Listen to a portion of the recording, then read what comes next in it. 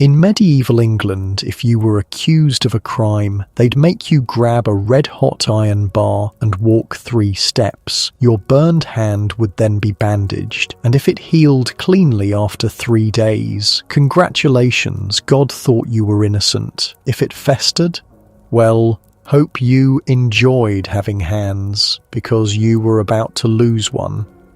Alright, before the story, if you're here regularly, subscribe helps me out. Drop a comment with where you're listening from and the time. Yesterday, someone from Portugal said they listen while cooking dinner, and someone from Chicago was using it for a morning commute. Wild. We're heading to medieval England in a minute. First though, get comfortable. Seriously, take a second. Adjust whatever needs adjusting. You're not going to want to move once we start. The first thing that hits you is the smell. Not just one smell, but a symphony of them. Sharp wood smoke, sour, unwashed bodies, the musty reek of damp straw, and the unmistakable punch of animal dung. Your eyes crack open to dim grey light filtering through a single small window, just a hole in the wall, really, covered with a scrap of stretched bladder skin instead of glass. You're not alone. The soft breathing and occasional grunt tells you that even before your eyes adjust enough to make out the shapes, your family, all of them, are packed around you on the packed earth floor. And not just your family. In the corner, something large shifts and snorts. The pig. Of course the pig is inside. It's winter and you need the body heat. The cold hits next, wrapping around your face like a wet cloth. Your breath forms little clouds that hang in the air before dissolving. The single ember in the central hearth has nearly died, and someone needs to bring it back to life before everyone freezes to death. That someone, naturally, is you. Wake up, a voice croaks nearby. Your mother. She doesn't need to say more. In the 13th century English winter, you're always one careless morning away from disaster. A dead fire means no warmth, no cooking, and potentially no survival. You force yourself upright, your back complaining after a night on the straw-stuffed sack you call a mattress. Something tickles across your arm. Just a flea, one of your many roommates. You've stopped noticing them most of the time, the same way you've stopped noticing the constant itch of your rough wool clothing, which you've been wearing day and night since October. Or fire's nearly out, you mutter, though no one needs the update. You stumble to the hearth, nearly tripping over your little brother, who's curled up closest to where the warmth used to be. Carefully, you pick up the small iron pot that contains last night's ember, protected all night to preserve this most precious resource. Starting a fire from scratch isn't impossible, but it's time-consuming and difficult. Time and energy you can't spare when the day's work is already looming. You feed the ember bits of dried moss and the smallest splinters of wood, gently blowing life back into the orange glow. The process is almost meditative, a ritual your hands know by heart, even as your mind slowly climbs out of sleep. When a small flame finally catches, something in your chest loosens. One more day where your family won't freeze to death, at least not from lack of trying. The smoke rises toward the hole in the thatched roof designed to let it escape. Most of it does. Some doesn't, filling the single room with a grey haze that makes your eyes water. But the smoke is also a blessing. It helps keep the insects at bay and even preserves the thatch itself, coating everything in a protective layer of soot. Get the water, your mother says, already kneading yesterday's dough that was left to rise overnight. The precious grain was ground at the Lord's mill, for a fee, of course, always a fee. You grab the wooden bucket and steel yourself for the cold as you push open the door, its leather hinges creaking in protest. The blast of winter air feels like a slap, but you're moving now, heading toward the village well. Outside, the sky is just beginning to lighten, a murky pre-dawn grey. Yours isn't the only column of smoke rising into the winter air. The entire village is waking up, 23 households of serfs, all bound to the same patch of land, all owing service to the same lord, whose manor house sits on the small hill overlooking your lives. The mud of the village path has frozen overnight, making footing treacherous. One bad fall and you could break something. A broken leg or arm in winter is a death sentence when you need to work every day just to survive. No work means no food. No food means death. It's that simple. Morning, grunts old Edwin as you pass. He's already butchering a scrawny chicken, his gnarled hands working with practiced efficiency despite the cold. Blood stains the snow around his wooden block, shockingly red against the white. Life is blood and dirt out here, no use pretending otherwise. Hard freeze last night, he adds unnecessarily. Morning, you reply. Any news from the travellers? Edwin's son is married to a girl from the next village over, making his house a rare connection to the outside world. News travels slowly in medieval England, carried by peddlers, pilgrims, and the occasional royal messenger. Heard the sheriff caught them poachers from Blackwood, Edwin says, his knife never stopping its work. They're to face the ordeal tomorrow. You suppress a shudder. Everyone knows what that means. The church might have officially banned trial by ordeal back in 1215, but in remote villages like yours, the old ways die hard. Those men will either plunge their arms into boiling water or carry burning iron. Their flesh will sizzle and their screams will echo, all to determine if God thinks them innocent or guilty. Poor bastards, you mutter. Poaching the king's deer is a serious crime, but a hungry family is a powerful motivator. You reach the well where a small crowd has already gathered. Nearly froze solid, says Anne, the tanner's wife. William had to break the ice with an axe. The village well is the centre of gossip and social life even in winter. As you wait your turn, you listen to the flow of information. Who's sick? Who's fighting? Who's been caught doing what they shouldn't? In a village of less than 100 souls, privacy is an unknown concept. When your turn comes, you lower the bucket. The rope burns your cold hands. Another small pain in a life full of them. The water, when you pull it up, has slivers of ice floating on top. Walking back is harder with the heavy bucket. The water sloshes, occasionally spilling over to freeze almost instantly on your chapped hands. By the time you make it back to your hut, your fingers are numb claws. Inside, the fire has grown, and the one-room dwelling feels almost warm by comparison.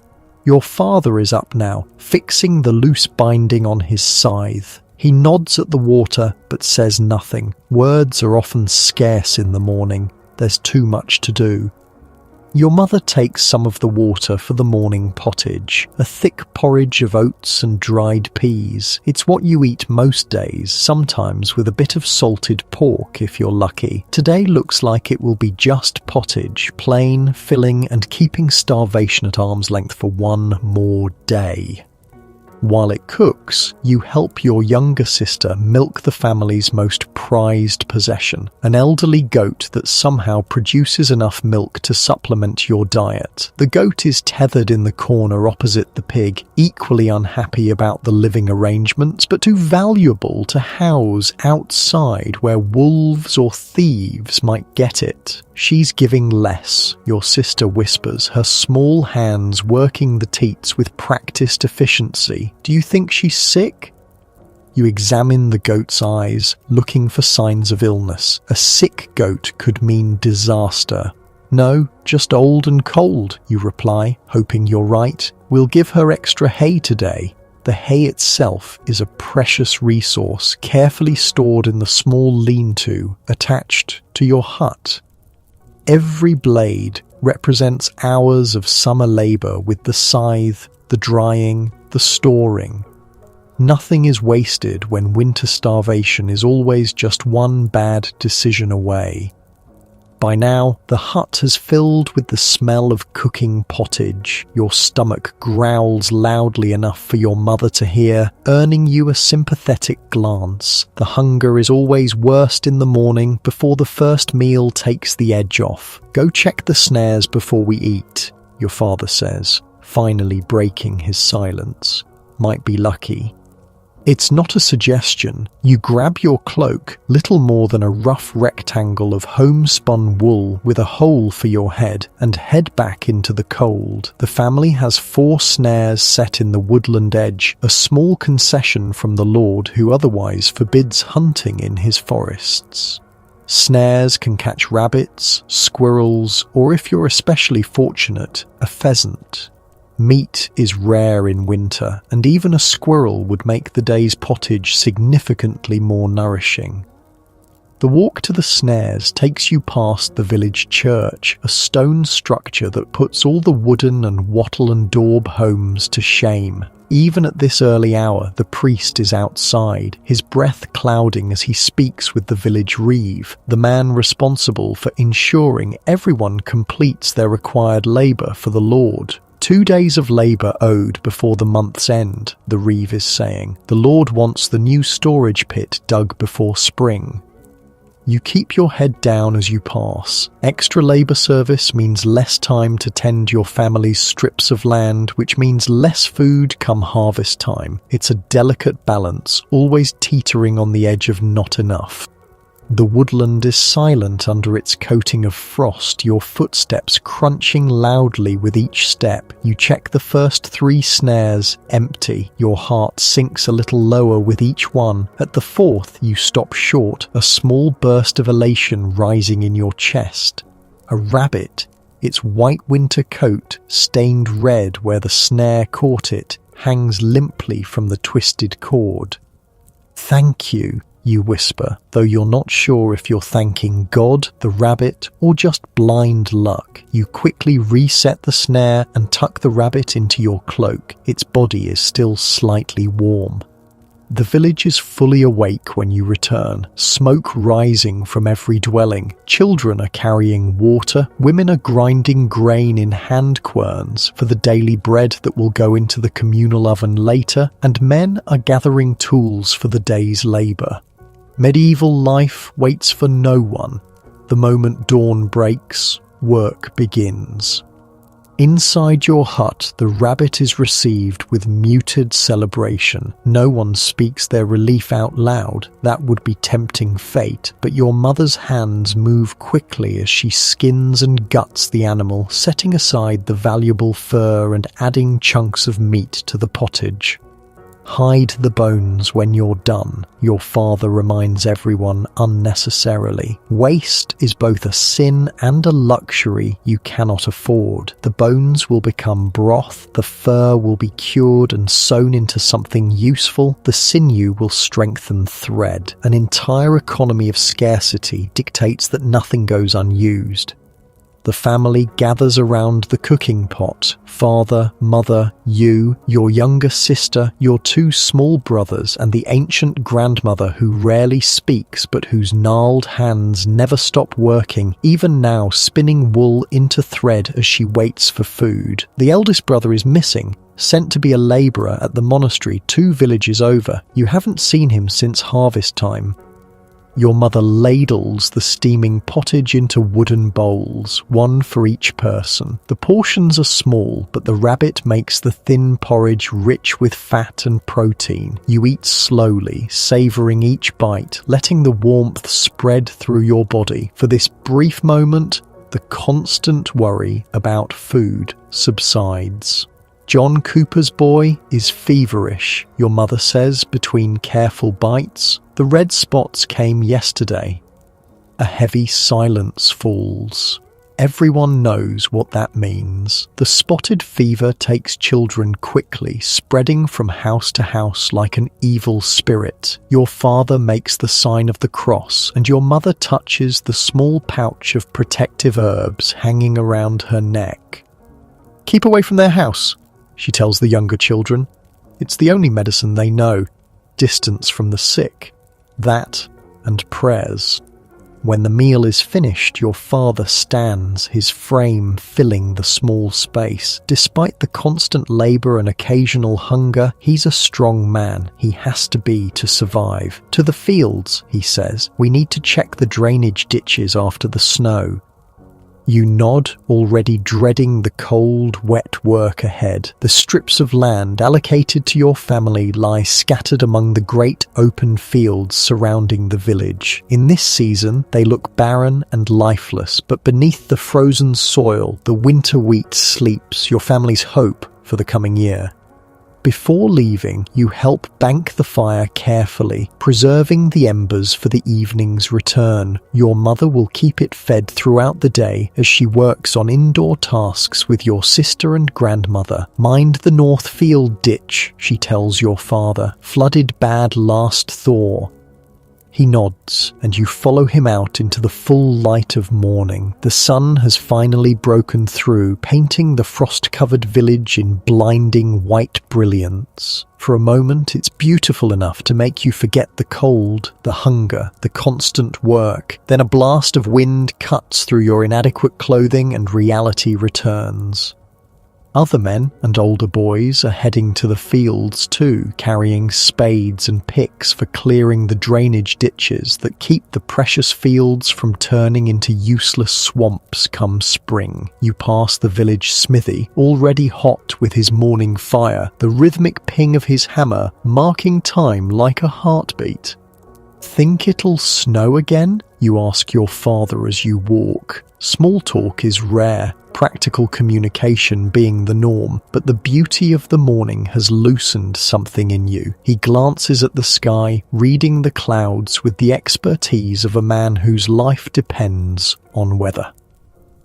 Yes, he says simply. Tonight. Heavy. You digest this information with a frown. Heavy snow means the drainage work is even more important.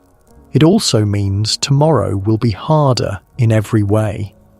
As you reach the edge of the village, the manor house comes fully into view atop its small hill. Stone-built and 2 stories tall, it represents a level of comfort and security so far beyond your experience it might as well be a castle in a storyteller's tale. Smoke rises from multiple chimneys, real chimneys, not just holes in the roof. The Lord's family will be eating meat today, and tomorrow, and the day after. They'll be warm, their work will be optional.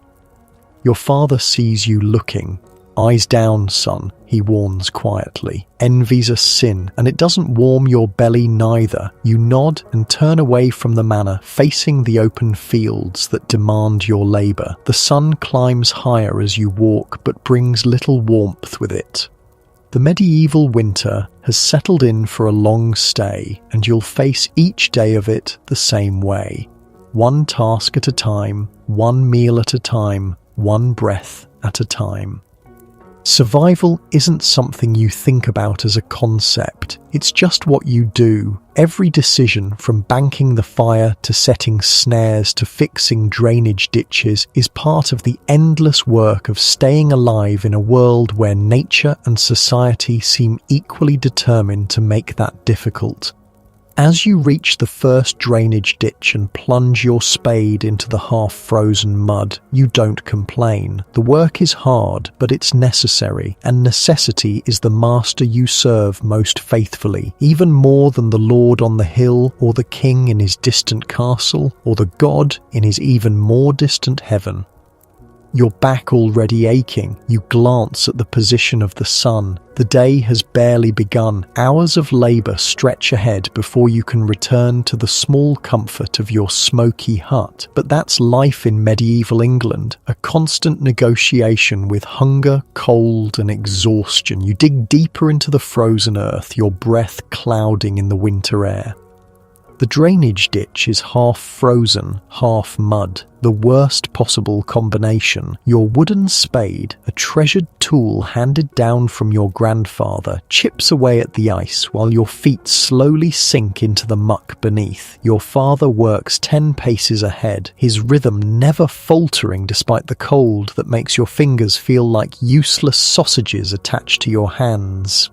Deeper there, he calls without looking back. "Water'll pool if you don't clear it proper." You grunt in acknowledgement, too cold for words. The wind cuts across the open field like a knife, finding every gap in your clothing. No matter how many layers of wool and linen you wrap yourself in, the medieval winter always finds a way in. "Hey, you there."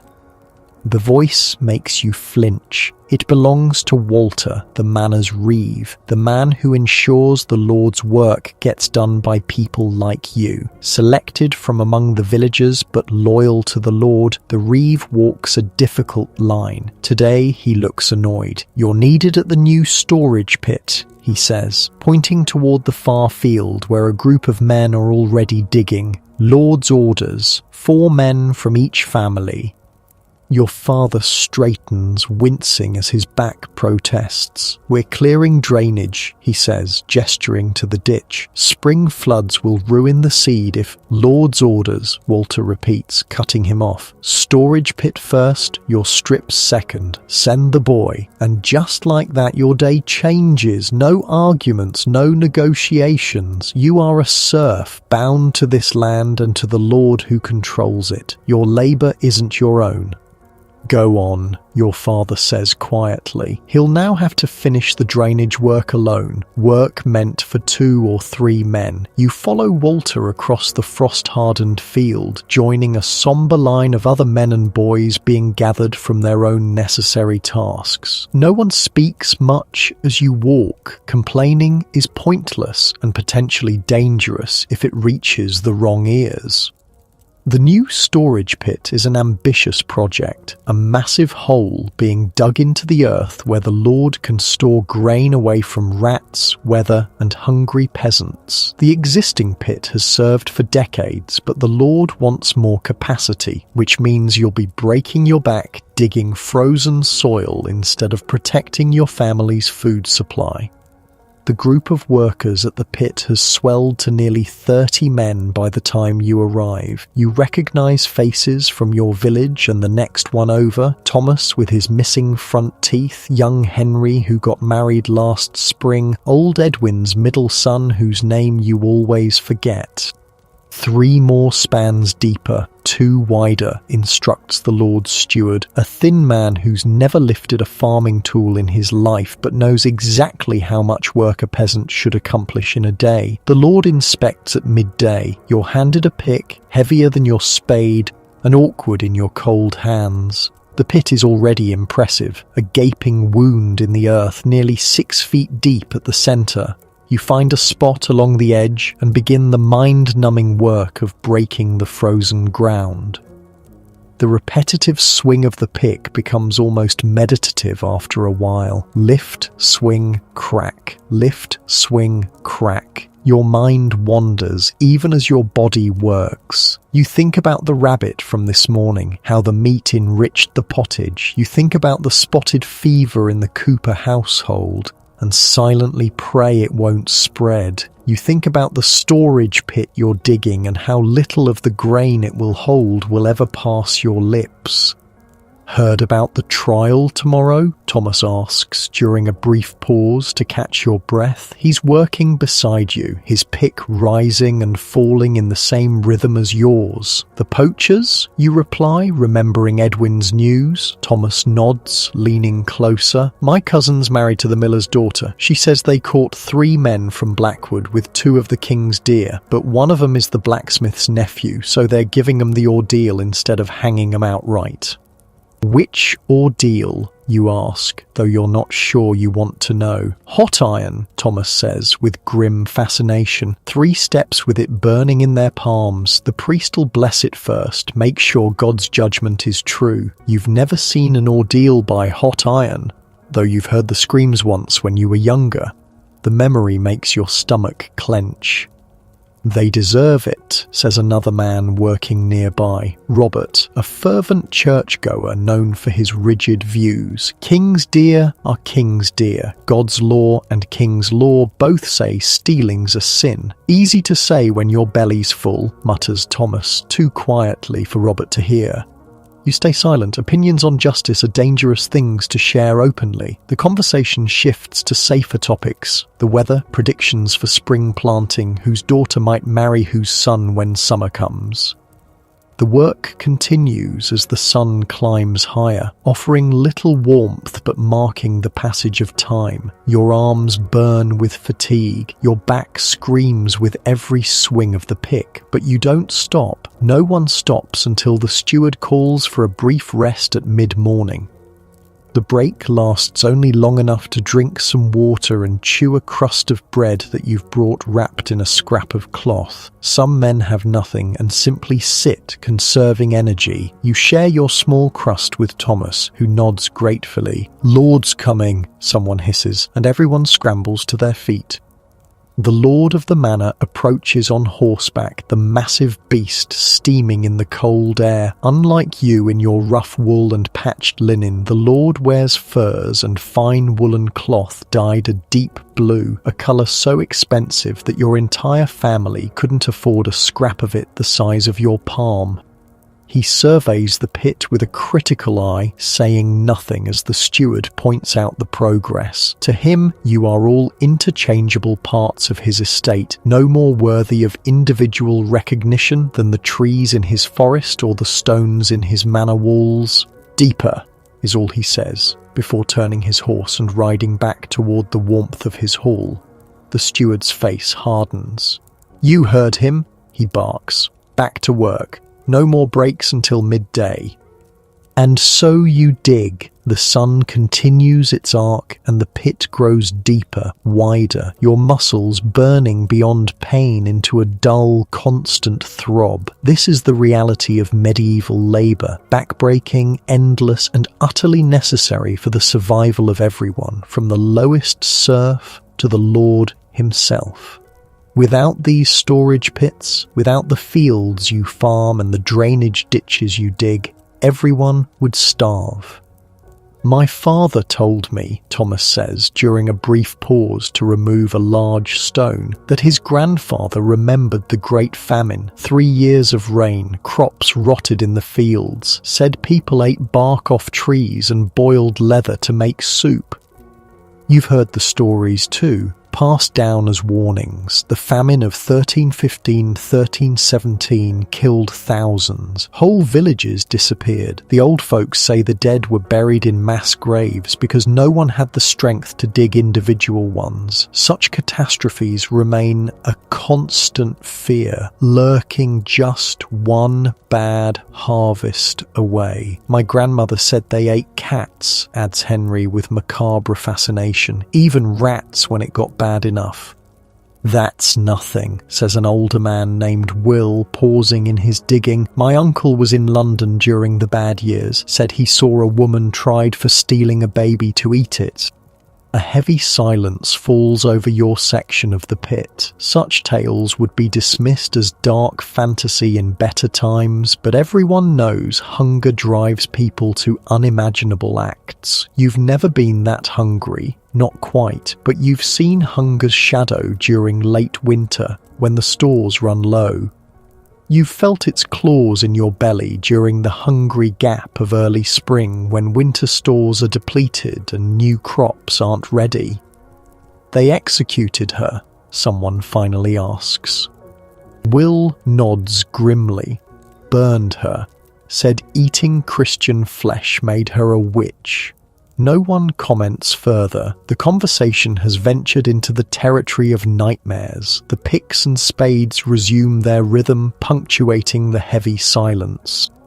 Midday finally arrives, announced by the distant church bell. The steward reluctantly calls a halt, allowing you to rest and eat whatever meagre lunch you've brought. For you, it's a small bundle containing a hard crust of bread and an onion, luxury compared to some years.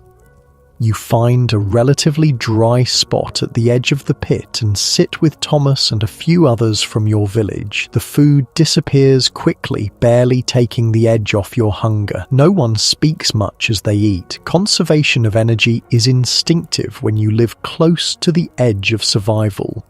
As you finish your last bite, a commotion from the direction of the village catches your attention.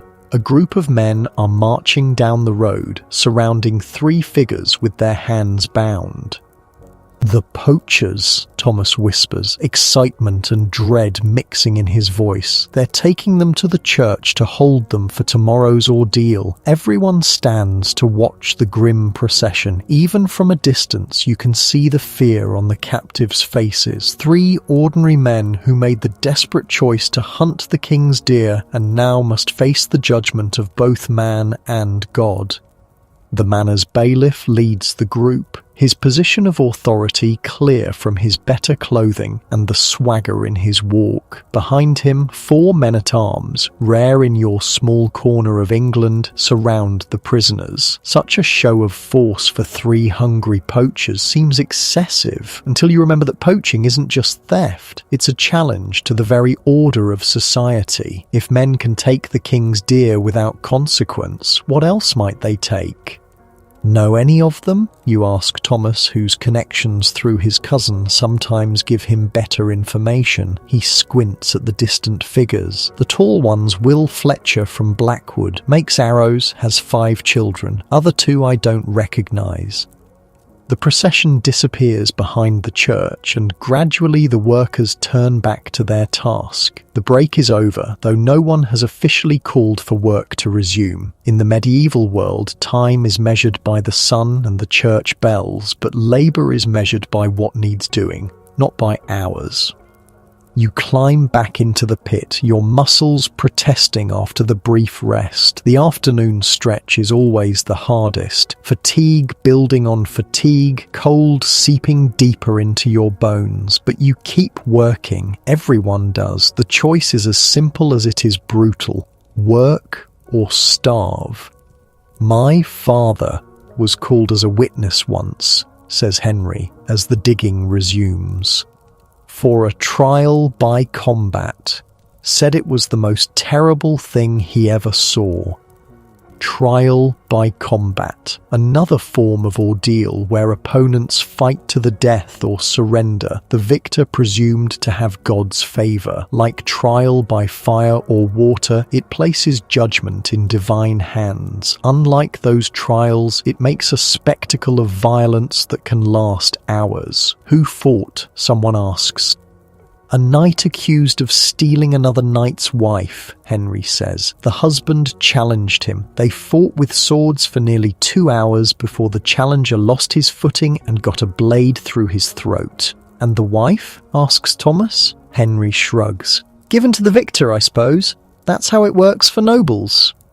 The conversation shifts to other tales of justice. Some witnessed, others merely heard. A woman ducked in the pond for scolds. A man forced to walk barefoot through the village carrying the sheep he stole. A child beaten publicly for stealing apples from the priest's tree. Justice in medieval England is rarely private and never gentle. It serves as both punishment and warning, a public spectacle designed to reinforce the consequences of stepping outside the rigid social and legal boundaries. By mid-afternoon, the storage pit has grown impressively. The steward paces the edge, occasionally barking orders, but mostly watching with cold calculation, estimating how much more can be extracted from your labour before darkness forces an end to the work. Your world has narrowed to the next swing of the pick, the next scoop of earth. Your body moves mechanically, conserving energy through efficient movement learned through years of similar labour. This is the physical reality of medieval survival. Bodies pushed to their limits day after day, year after year, until they finally break. "Someone's coming," calls a voice from the edge of the pit. All eyes turn to see a solitary figure hurrying across the field from the village. It's a boy, young Wat Cooper, whose family was stricken with the spotted fever. His presence sends a ripple of fear through the workers. No one wants him near, carrying contagion from his sick household. "Stay back!" shouts the steward as Wat approaches. "What business have you here?" Watt stops at a safe distance, his thin face pinched with cold and worry. "Message for Thomas Baker," he calls. His wife says come quick, their boy's taken ill with the spots. Thomas drops his pick as though it's suddenly burning hot, his face drains of colour. "My William?" he asks, his voice cracking. "How bad?" Watt shifts uncomfortably. "Bad enough they sent me running." Without waiting for permission, Thomas scrambles out of the pit. The steward starts to object, then thinks better of it. Even he understands some emergencies outweigh the Lord's work. "Go," he says with grudging permission. "The rest of you, back to digging."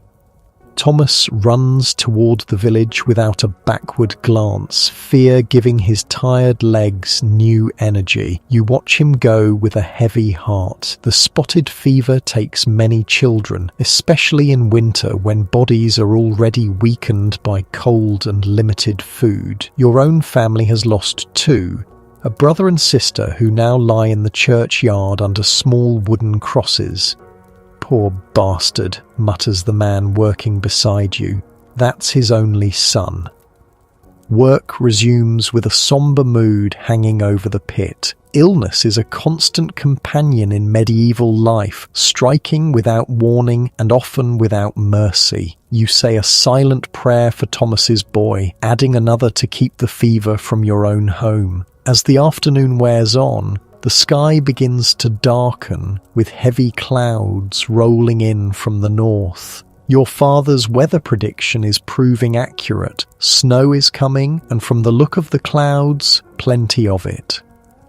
"Finish up," the steward finally calls as the light begins to fade. "We'll continue tomorrow if weather permits." The relief is palpable as tools are collected and counted. The Lord's tools are too valuable to lose track of. Your shoulders and back scream with pain as you climb out of the pit, your legs wobbly from exhaustion. The day's labour has left you drained, but it isn't over yet. There are still home tasks waiting, animals to feed, firewood to gather, water to carry. You join the tired procession of men heading back to the village. Everyone walks with the same shuffling gait, bodies pushed beyond reasonable limits, but still moving forward because they must. This is survival in its most basic form, one step after another, one day after another. The village comes into view, smoke rising from multiple chimneys into the darkening sky. Despite its poverty and hardship, the sight stirs something warm in your chest, home such as it is. As you near the church, you notice a small crowd gathered outside. The 3 poachers are being led inside, their faces grim with the knowledge of what tomorrow will bring. The priest stands at the door, his expression unreadable as he prepares to lock them in for the night. You pause to watch, catching the eye of one prisoner, the tall one Thomas identified as Will Fletcher. There's no anger in his gaze, just a dull resignation that you recognize all too well. It's the look of a man who gambled for his family's survival and lost.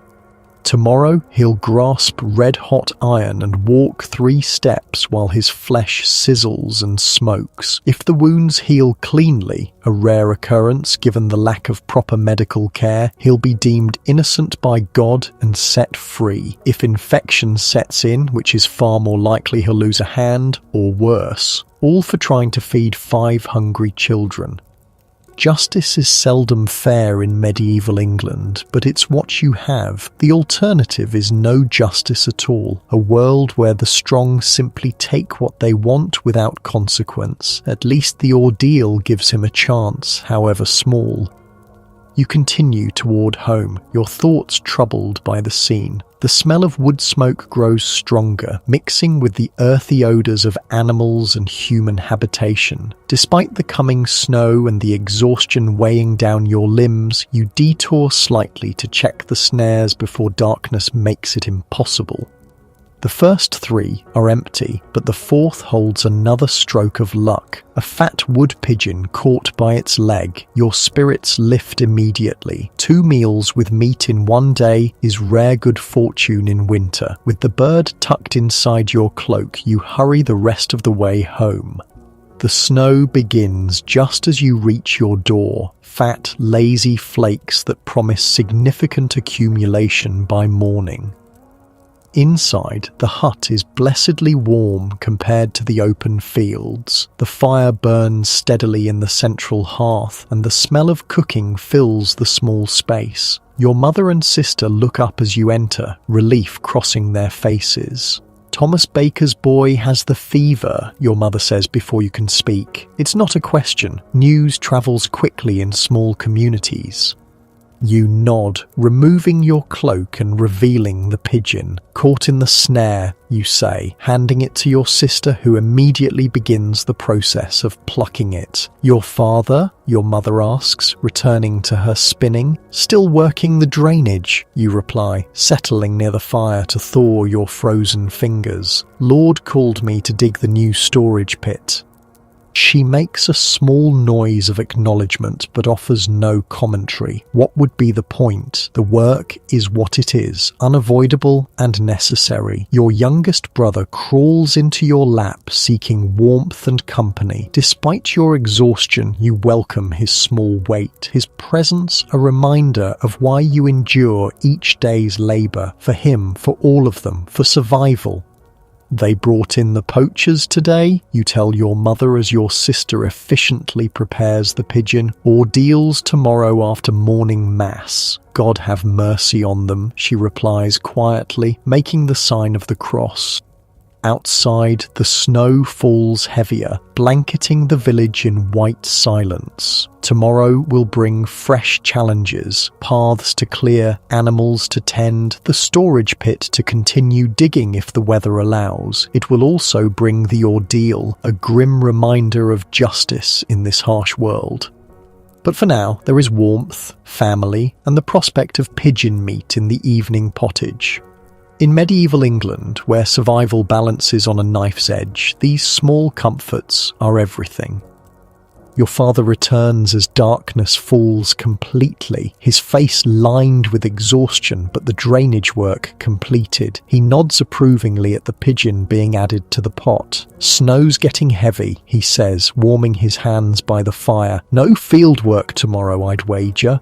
The ordeal's tomorrow, your sister reminds him. Like many in the village, she finds the brutal spectacle fascinating despite its horror. Better than hanging, your father says pragmatically. At least they have a chance. A small chance, you think, but don't say. In your 15 years, you've never heard of anyone walking away unscathed from an ordeal by hot iron. The family gathers for the evening meal, a ritual repeated in every hut across the village. The pigeon has enriched the pottage considerably, adding flavour and precious fat to the simple porridge. You eat slowly, savouring each bite, the day's labour having earned this sustenance in the most direct way possible. Outside, the snow continues to fall, insulating the hut and muffling the sounds of the village. Tomorrow's challenges will come soon enough. For now, there is this moment of relative peace, this small victory against the constant struggle of medieval life. Your eyelids grow heavy as the warmth and food work their magic on your exhausted body. Another day survived, another night of rest before the cycle begins again. Morning arrives with a world transformed. Snow blankets everything in pristine white, softening the hard edges of medieval life under a deceptively gentle cover. The temperature has dropped further overnight, and your breath hangs in the air like little ghosts that dissolve almost as soon as they appear. Your father was right. There will be no field work today. Even the Lord's steward wouldn't expect men to dig through snow-covered frozen ground. But this doesn't mean a day of rest. In medieval England, there is always work, especially in winter when survival requires constant attention. Market day, your mother reminds everyone, as the family huddles around the morning fire, blowing on fingers and toes to restore feeling. Market happens every Tuesday, regardless of weather, in the village green near the church. Today, with snow nearly knee-deep in places, attendance will be smaller than usual, but some will brave the cold to trade what little they have. "We need salt," your father says, the words hanging heavy with implication. Salt is expensive, preciously so, but vital for preserving meat and fish. Without it, your family couldn't store food for lean times. "And thread," your mother adds, holding up the nearly empty spool. You're given a small pouch containing the family's trading goods, 2 carefully preserved rabbit furs from last week's catch, a small jar of precious honey from the single hive your family maintains, and 3 intricately carved wooden spoons your father made during the long winter evenings. "Trade fair," your mother warns as she hands you the pouch. "No less than 2 silver pennies for the honey." Money is rare in your household. Most trading happens through barter, goods for goods, but some items, like salt, can only be purchased with coin. The silver penny your family has saved since harvest time is tucked into a secret pocket sewn into your father's tunic. The village church bell rings the hour as you and your father step out into the snow. The cold immediately bites at your face, the only exposed part of your body. Everyone else in the family will stay home, conserving heat and energy. The fewer bodies moving through the snow, the better. Other villagers are emerging from their homes as well, trudging through the fresh snow toward the village centre. Despite the harsh conditions, there's an air of subdued excitement. Market day brings news, gossip, and the possibility of small luxuries. A taste of honey, a bit of colourful thread, perhaps even a sip of ale from the Brewster's stand.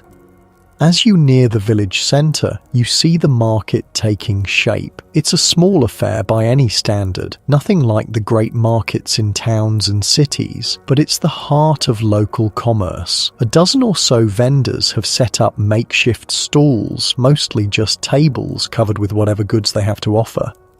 Goodwife Sarah has her usual array of rough-spun thread and yarn. What the miller has small sacks of flour from the Lord's mill where he works. Edwin the tanner displays a few simple leather goods, belts, pouches, and a single pair of shoes that would cost more than your family earns in a month. The travelling peddler who visits every few weeks is here too, his cart a treasure trove of exotic items from distant towns.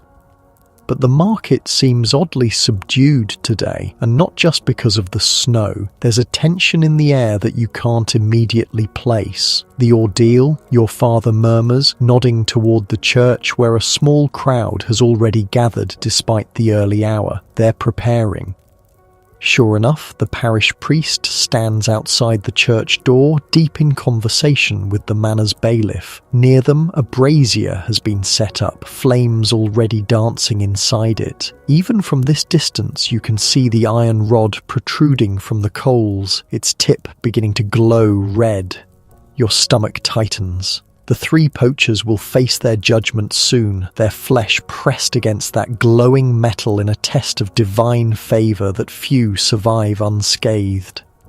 "Come," your father says, pulling your attention back to the task at hand. "Let's trade quickly. I don't want to be here when they bring them out." You nod in agreement and follow him to the peddler's cart, where he already haggles with an older woman over the price of a small mirror, an unimaginable luxury that costs more than your family would spend on food in a month. The peddler himself is a thin, wiry man with a perpetual squint and quick, darting eyes that miss nothing. His name is Bartholomew, though most simply call him Bart. He travels a circuit of villages in the region, bringing goods from towns and news from everywhere. "Ah, young Thomas," he greets you with a familiarity born of years of trading. "And Master Edward, what brings you to my humble cart today? Perhaps a ribbon for the lady of the house?" or a fine bone comb for the young girl? Your father is immune to such sales tactics. Salt, he says simply, and thread, if you have it. Bart's smile doesn't waver as he reaches beneath his cart. I have the finest salt from the coast, he says, producing a small cloth bag. Perfect for preserving. And thread? What colour does the good wife desire? Whatever is cheapest, your father replies pragmatically. As your father negotiates with Bart, your attention wanders back to the church where the crowd has grown. The ordeal will be a public spectacle, as justice always is in medieval England. Everyone will watch as the accused men place their palms against hot iron and take the required steps, their flesh sizzling, the smell of burning meat carrying across the village green. The memory of it will serve as both entertainment and warning. 3 silver pennies for both, Bart says, drawing your attention back. Your father's face hardens. Highway robbery, he mutters. 2 and not a farthing more. Bart sighs dramatically. I have children to feed, same as you, Master Edward. The roads are dangerous in winter and salt doesn't transport itself. 2.5 and I'm cutting my own throat at that price. The haggling continues for several minutes, a dance both men know well. Eventually, they settle on 2 silver pennies and one of the rabbit furs. Your father hands over the precious coin, carefully wrapped in a scrap of cloth to prevent loss, and tucks the salt and thread into his belt pouch. Any news from beyond? He asks Bart, as he always does. In a world without newspapers or regular postal service, travellers like Bart are the primary source of information from the wider world. Bart glances around, then leans closer. Strange sickness in Blackwood, he says quietly. Started last week. People dancing in the streets, they say, can't stop themselves, some till they drop dead. Your father's brow furrows. Dancing sickness? You mean like the St. Vitus dance? Bart nods. Similar, though worse from what I hear. Some foaming at the mouth, seeing things that aren't there, whole families afflicted. A chill that has nothing to do with the winter cold runs down your spine. You've heard tales of such maladies, people seized by uncontrollable movements, dancing themselves to exhaustion, even death. Some say it's demonic possession, others blame poisoned air or contaminated water. Started after they ate the new rye bread, they say, Bart adds, his voice barely above a whisper now. Baker ground it fresh. By nightfall, half the village was dancing like madmen. Ergot. The word isn't spoken, but it hangs in the air between the adults. You've heard of it, a black fungus that sometimes grows on rye in damp conditions. When ground into flour and baked into bread, it can drive entire communities mad with visions and uncontrollable movements. That's less than a day's walk from here, your father says, his voice tight with concern. Your village grows rye too, stores it in the same conditions, grinds it at the same mill. I'd check your stores if I were you, Bart says, already turning to another customer. Black spots like little fingers, can't miss it if you know to look. Your father nods grimly, and you can see the mental calculation happening behind his eyes. Your family's rye stores, carefully harvested and preserved to last the winter, might now represent not salvation but danger. We should go, he says to you, already turning away from the market. The honey and remaining furs will have to wait for another day. This news takes precedence. But before you can leave, a commotion erupts near the church. The crowd parts as the 3 poachers are led out, their hands bound before them, faces pale with fear and cold. The priest follows, carrying a Bible and wearing his ceremonial vestments. Behind him, an altar boy swings a censer, filling the air with the sharp scent of incense. Despite your father's desire to leave, you both find yourselves frozen in place, watching the grim procession. The entire market has gone still, all eyes drawn to the unfolding spectacle of medieval justice. The poachers are led to the brazier, where the iron rod now glows a bright, angry red. The bailiff reads the charges in a loud, formal voice: trespassing on the king's land, taking the king's deer, resisting arrest. The penalty would normally be hanging, he explains. But in his mercy, the Lord has granted them the chance to prove their innocence through ordeal. If God finds them innocent, their wounds will heal clean, the bailiff concludes. If guilty, the wounds will fester and justice will be done. The priest steps forward, sprinkling holy water on the glowing iron and murmuring Latin prayers. This is no mere physical test, it's a spiritual one, calling upon divine judgment to reveal the truth that human authorities cannot discern on their own. The first poacher is brought forward, Will Fletcher, the tall man with 5 children. His face is a mask of terror as the ropes binding his wrists are cut. The bailiff explains the test. He must grasp the iron rod, carry it 3 paces, then place it on the ground. His hand will then be bandaged and sealed with the church's wax. In 3 days, the bandages will be removed and God's judgment revealed. Will looks out at the crowd, perhaps searching for familiar faces or simply trying to find courage in the moment. His eyes meet yours briefly, and in that moment you see not a criminal, but a desperate man facing an impossible choice. The priest offers final prayers, then nods to the bailiff. 2 men-at-arms hold Will's arms, preventing any last-minute attempt to flee. The bailiff gestures to the glowing iron. "Take it," he commands. Will's hand shakes violently as he reaches for the rod. A collective breath is held throughout the crowd. Then, with a strangled cry, he grasps the iron. The sizzle of burning flesh is audible even where you stand. The smell follows a moment later, acrid, stomach-turning. Will screams, a primal sound of agony that cuts through the winter air like a knife. "Walk," the bailiff commands.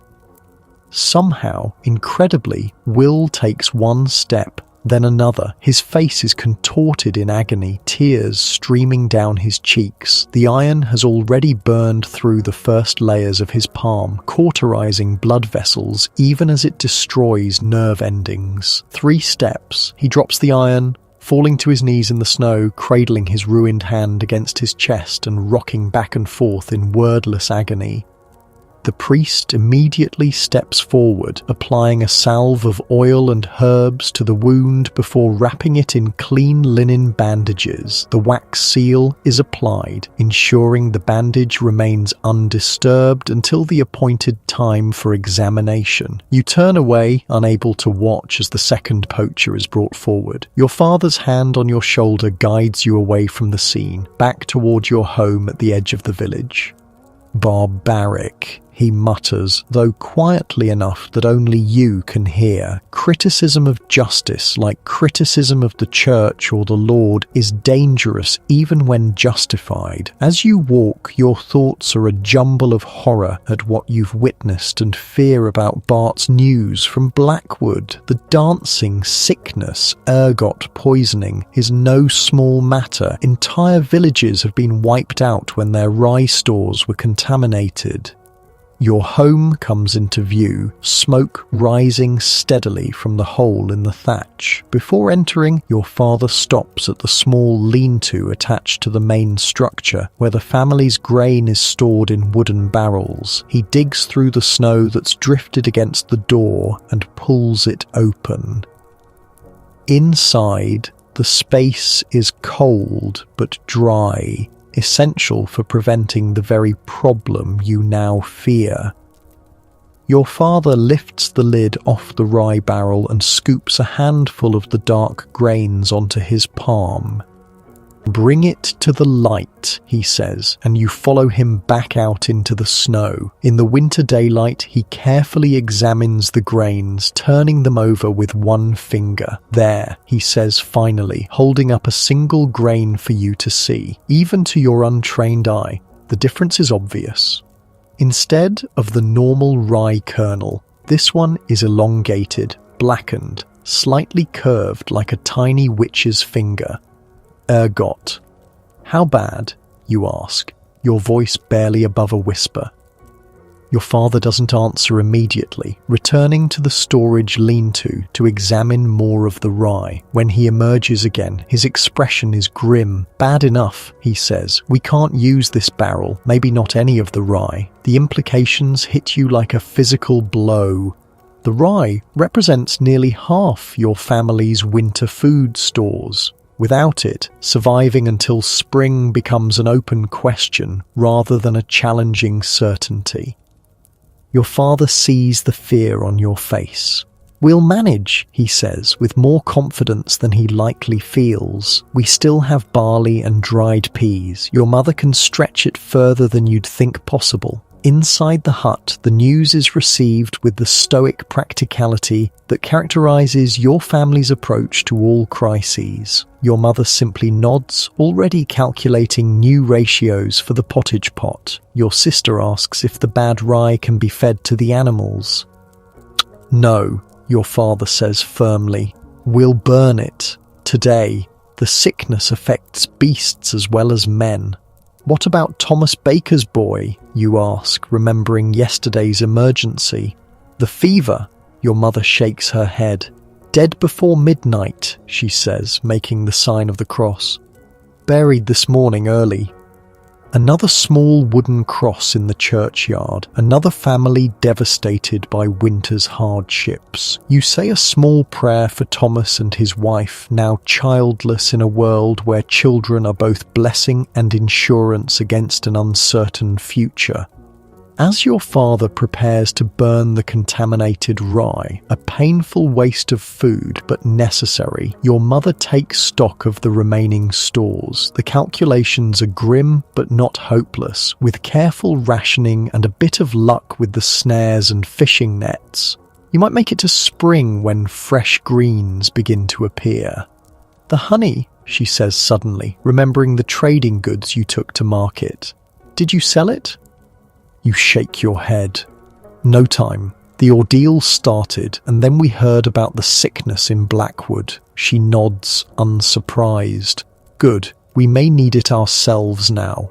Honey is more than a sweetener in medieval England. It's medicine, preservative, and in desperate times, a source of quick energy when nothing else is available. Your mother has used it to treat wounds, soothe coughs, and preserve summer berries for winter consumption. The rest of the day passes in a flurry of activity centered on food security. The contaminated rye is carefully burned in the central hearth, each handful accompanied by a small prayer for protection. The remaining food stores are checked for any signs of mold or rot. The snares are reset in new locations, and your father even breaks the ice on the village pond to try his luck with the fishing net, a largely unsuccessful effort that yields only 2 small fish barely worth the energy expended to catch them.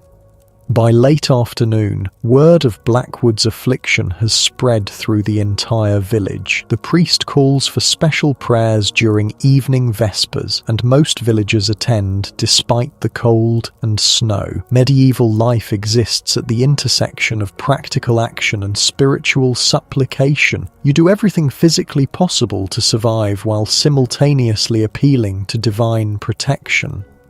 "They say 3 have died already in Blackwood," whispers Anne, the tanner's wife, as the village gathers in the small stone church, dancing themselves to death, foaming at the mouth like rabid dogs. "Demons," suggests the blacksmith's apprentice, his young face serious beneath his soot-stained cap. "My grandmother saw the same in her village as a girl, said the whole place had to be blessed by the bishop himself before it stopped."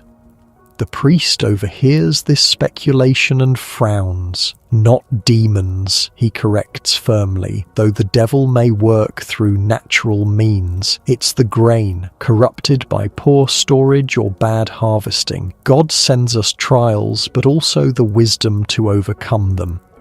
It's a surprisingly practical view from a man whose life revolves around spiritual matters, but not unusual in medieval times. The division between natural and supernatural explanations isn't as clear-cut as it will become in later centuries. The priest can believe simultaneously in demonic forces and contaminated grain without seeing any contradiction.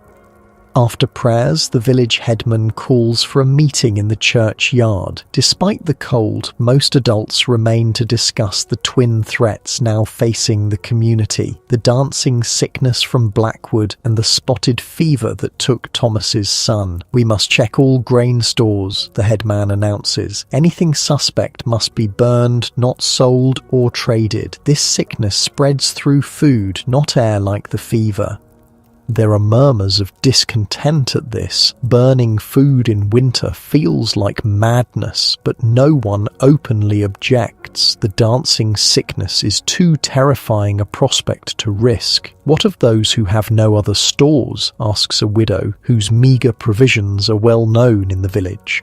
"I've nothing but rye to last till spring." This prompts a moment of uncomfortable silence. Medieval charity exists, but it's limited by the fact that everyone lives close to subsistence. "The church has stores," the priest says finally. "Not much, but enough to help those in greatest need, and perhaps the Lord might open his granary for a fair price." Few believe this last suggestion will bear fruit, but no one says so aloud. The Lord's generosity rarely extends to reduced prices, even in times of crisis. As darkness falls, you walk home with your family, the church bells ringing the end of day behind you. The village settles into its evening routine. Fires built up for the night, animals fed their meagre winter rations, prayers said for protection through the cold darkness. Inside your hut, the evening meal is noticeably smaller than usual. A thin pottage with more water than substance, a harder sacrifice to bear after witnessing the ordeal and learning of the contaminated rye. But it's hot, and there's enough to take the edge off hunger, which is more than some can say. "Will we have enough?" your sister asks as she scrapes the last bits from her wooden bowl. At 12, she's old enough to understand the precariousness of your situation, but young enough to still voice the fears adults have learned to keep silent. Your mother's hand gently smooths her hair. "God provides," she says simply. "We've weathered worse winters." Whether this is true or merely the comfort a mother offers her children is hard to say. Memory has a way of softening past hardships once they're survived, while present dangers always loom largest. As night deepens, the family settles into sleep positions around the central hearth. Father and mother on one side, children on the other, grandmother in the warmest spot nearest the embers. The pig and goat shift in their corner, their animal heat a welcome addition to the hut's warmth. Outside, snow continues to fall, adding another layer to the white blanket covering the village. Inside, your family sleeps the sleep of the medieval poor, alert to danger even in rest, bodies never fully relaxing after a lifetime of hard labour and uncertainty. Tomorrow will bring new challenges, more food to find, more work to complete, more dangers to avoid. But for now, there is the simple miracle of another day survived, another night of shelter against the unforgiving medieval winter. You wake with a start, confused for a moment about the time. The hut is dark except for the glow of embers, and everyone remains asleep around you. It takes a moment to realize what happened. You've experienced what medieval people call first sleep. The practice of sleeping in two distinct segments is normal in your world. Without candles to burn through the long winter nights, most people go to bed shortly after sunset, sleep for several hours, then wake naturally in the middle of the night. This wakeful period, lasting an hour or more, is followed by second sleep until dawn. You sit up carefully, trying not to disturb the others. The fire has burned down to glowing coals, casting just enough light to make out the sleeping forms of your family. Your father's breathing is deep and steady, one arm protectively draped over your mother. Your sister and youngest brother are curled together like puppies, sharing warmth. Grandmother's soft snores punctuate the quiet. This middle-of-the-night waking isn't considered insomnia in medieval times. It's a normal, even useful part of the daily rhythm. Some use it for prayer, others for quiet contemplation. Married couples often take advantage of this private time for intimacy. Craftsmen sometimes work by the dim firelight, making small items or repairs. For you, it's a rare moment of solitude in a life where privacy is almost non-existent. You add a small piece of wood to the embers, careful not to make noise. The flames catch slowly, throwing slightly more light around the single-room dwelling. In that gentle illumination, you take stock of your home with fresh eyes. It's humble by any standard, walls of wattle and daub, twigs woven together and covered with a mixture of clay, straw and dung, a roof of thatch, a packed earth floor covered partially with rushes. There are no windows except the small opening covered with stretched bladder skin. The smoke hole in the roof serves as both chimney and limited ventilation. Yet this simple structure keeps your family alive through brutal winters. Without it, you would surely perish. The awareness of this basic fact, shelter equals survival, shapes how medieval people view their homes. They are not status symbols or expressions of personality. They are survival tools, as vital as food and water. The quiet is broken by your father stirring. He sits up, unsurprised to see you awake. This middle night vigil is familiar to him too. "Can't sleep?" he whispers, moving carefully around the sleeping forms to join you by the fire. You shrug. "Just woke up." He nods, understanding. "Good time to think," he says, poking gently at the small flame. "Or pray." For a while, you sit in companionable silence. Words are often unnecessary between people who work side by side every day of their lives. The quiet itself feels like a luxury after days filled with labor and evenings crowded with family. "Thomas came by while you were checking snares," your father finally says. "Wanted to thank you for working his section of the pit yesterday. Said he won't forget it." You nod, surprised and touched. Thomas Baker has nothing to give as thanks. His only child dead, his household still at risk from the spotted fever. Yet the acknowledgement itself is valuable in a community where reputation and goodwill are forms of currency. "How is his wife?" you ask. Your father sighs. "As you'd expect. The priest is with her most days, praying." Another silence falls, both of you contemplating the fragility of life in medieval England. Children die frequently from disease, accident, hunger, yet each loss tears at the fabric of family and community. No matter how common, it never becomes easy. "The poacher's ordeal," you say after a while. "Do you think—" "Best not to talk of it," your father interrupts gently. "What's done is done. Justice belongs to God and the king." You understand his caution. Questioning justice is dangerous, even in the privacy of your home. Walls are thin, and medieval communities are dense with relationships and rivalries. Words have a way of traveling.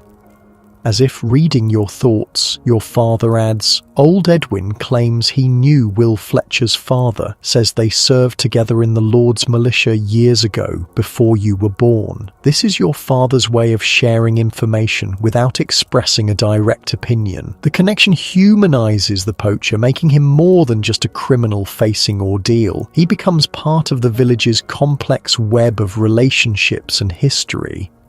The fire pops and shifts, sending a small shower of sparks upward. Outside, the snow has stopped and the night is eerily silent. Your father takes a small knife from his belt and a piece of wood from beside the hearth. Without speaking, he begins to carve small, precise cuts that gradually shape the wood into a crude but recognizable bird. This is how medieval people often spend their winter evenings and night wakings, in simple crafts that require little light. Women spin thread or mend clothing. Men carve wood or repair tools. Even children learn to make simple objects: dolls from straw, balls from rags, slings from leather scraps. "Remember what I taught you about the stars?" your father asks unexpectedly, his hands never pausing in their work. You nod. The stars are vital navigational tools, especially for those who must sometimes travel between villages. Your father has taught you to find north using the pole star, to estimate time by the movement of familiar constellations, to predict weather by certain patterns of starlight. "Good," he says. "Knowledge outlasts tools, can't be stolen or broken. Remember that?"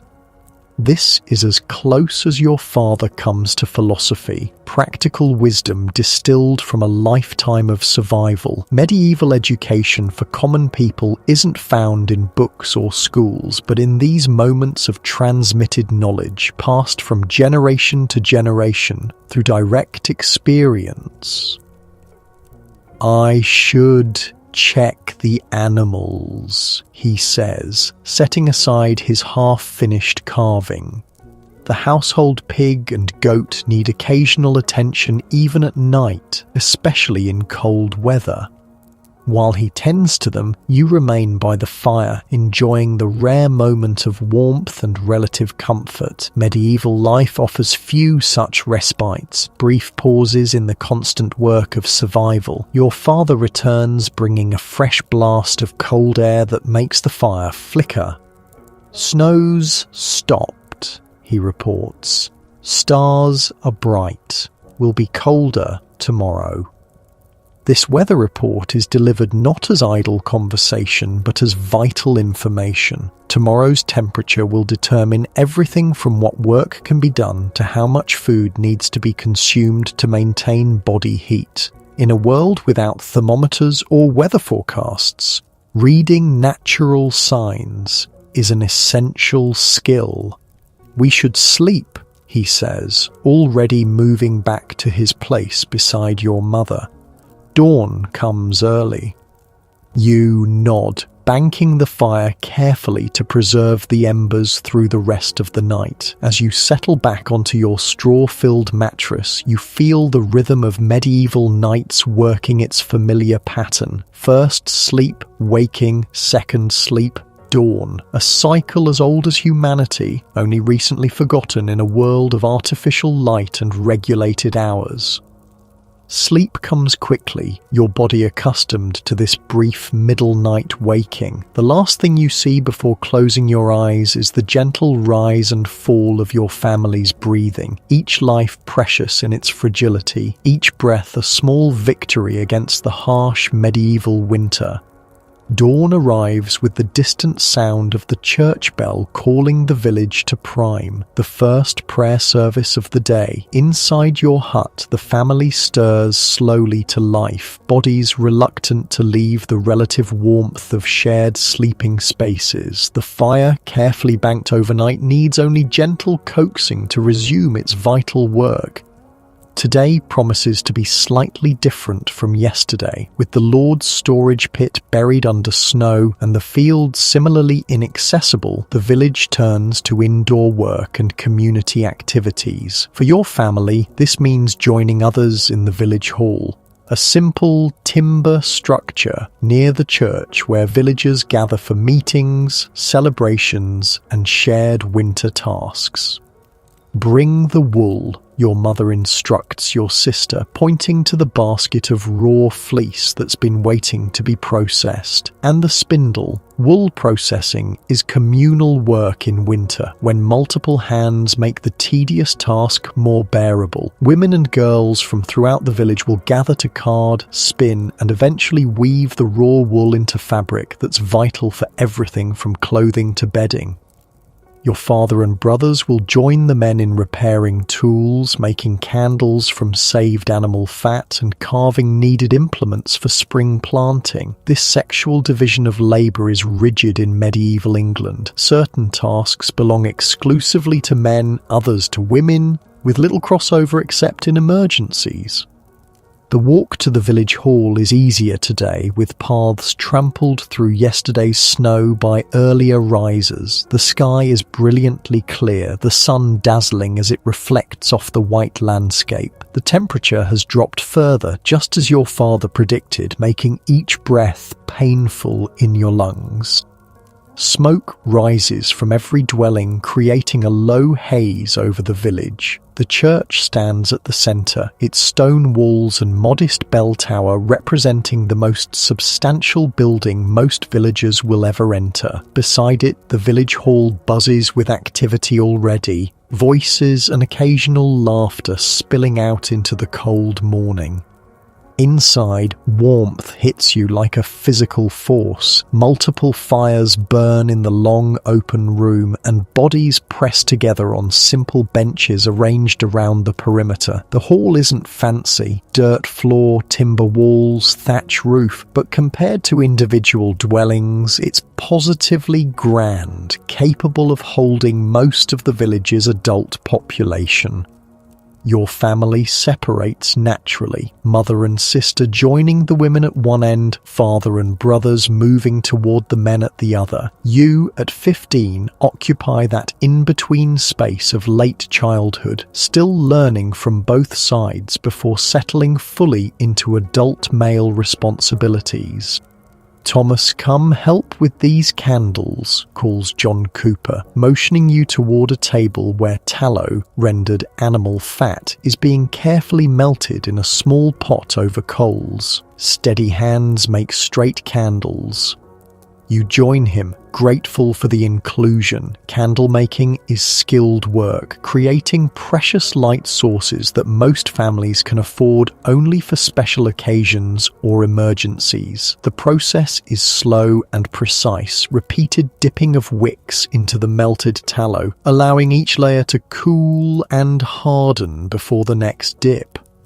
As you work, conversation flows around you. Unlike modern social gatherings centered on entertainment or structured activities, medieval community time revolves around productive work made more pleasant through company. "Heard anything more from Blackwood?" John asks quietly as you carefully dip a row of hanging wicks. You shake your head. "Nothing since yesterday's news." "My cousin lives near there," offers William, the carpenter's apprentice working beside you. "Says 3 more fell to the dancing sickness last night. That makes 6 dead." A murmur passes through the nearby men. 6 deaths in a village roughly the size of your own represents a significant portion of the population, particularly troubling in winter when replacing lost labour is impossible. "Did they burn their grain?" asks another man. William nods. Everything suspect. Still didn't help those already sick. The conversation shifts to other topics. Speculation about when the Lord will demand work on the storage pit resume, discussion of repairs needed for the village mill, debates about the best time to begin preparing fields once the snow melts. Through it all, hands remain busy. Men carve wooden tools, repair leather harnesses, twist straw into thatch bundles for spring repairs, and fashion new arrows for hunting. No one sits idle. Idleness is an unaffordable luxury in a world where survival depends on constant preparation. At the women's end of the hall, a different kind of productivity unfolds. The rhythmic whir of spinning wheels and the soft thwack of carding paddles create a backdrop for feminine conversation. Women discuss child rearing, food preservation techniques, herbal remedies, and household management. Vital knowledge passed from mother to daughter, neighbour to neighbour. Midday brings a communal meal, not a feast by any standard, but a pleasant change from eating only with immediate family. Each household contributes something small to the pot: a handful of dried vegetables, a few pieces of salt fish, a portion of precious grain. Together these meagre offerings become a substantial pottage that fills the hall with savoury steam. The village priest blesses the food before eating begins. His role extends far beyond Sunday services and occasional sacraments. He is teacher, record keeper, mediator, and moral authority, one of the few villagers with any formal education, however limited by modern standards. "Any word of the poachers, Father?" someone asks as wooden bowls are distributed for the meal. The priest's face remains carefully neutral. "They rest and pray," he says. "God's judgment will be revealed in 2 days' time." No one presses for details. The 3 men, their bandaged hands sealed with the church's wax, are being kept in a small room attached to the church. Not quite prisoners, not quite patients, but somewhere in between as they await divine verdict on their wounds. As the communal meal winds down, the hall's atmosphere shifts subtly. The practical work of the morning gives way to afternoon storytelling, a vital part of medieval entertainment and education combined. With daylight precious and physical energy limited by winter's challenges, tales provide both diversion and instruction with minimal expenditure of resources.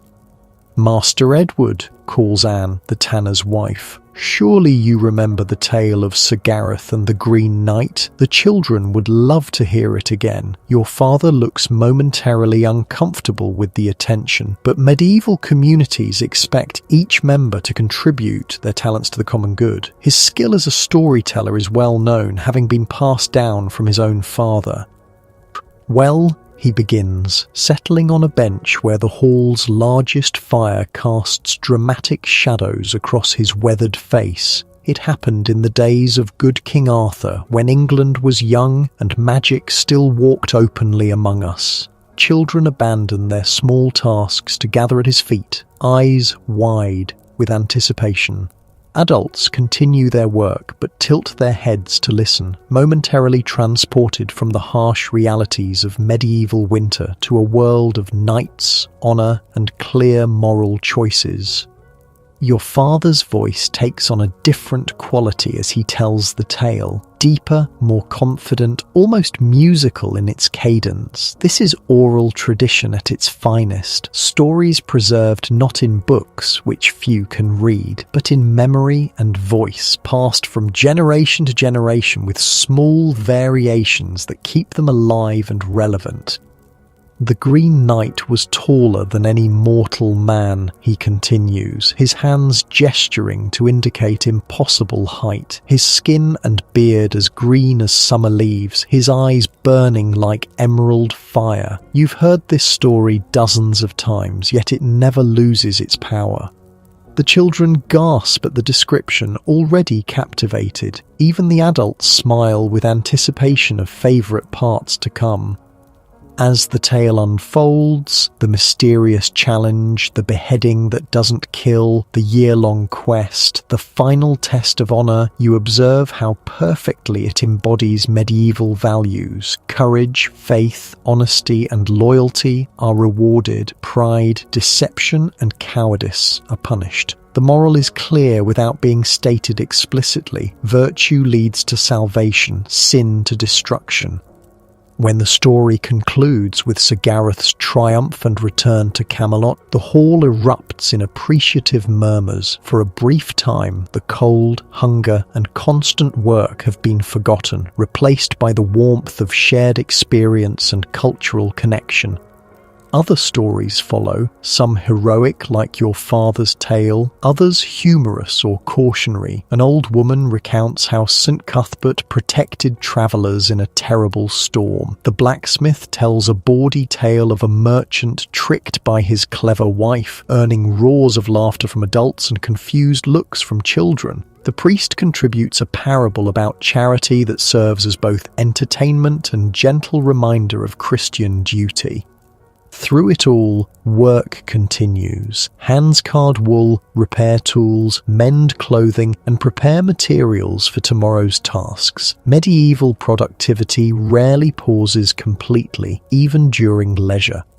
As afternoon fades toward evening, families begin gathering their things to return home. Precious daylight is waning, and each household must tend to animals, prepare evening meals, and secure dwellings before full darkness falls. The community time has been valuable, both practically and socially, but individual survival still demands the majority of attention.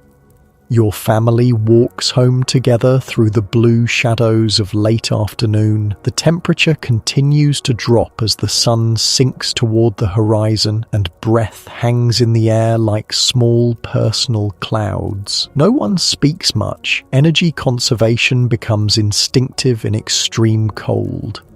At home, the evening routine unfolds with practiced efficiency. Your father and brothers check snares and fishing lines, yielding one small rabbit today, a welcome addition to the evening pottage. Your mother and sister tend the fire and prepare the meal, stretching limited ingredients with skill born of necessity.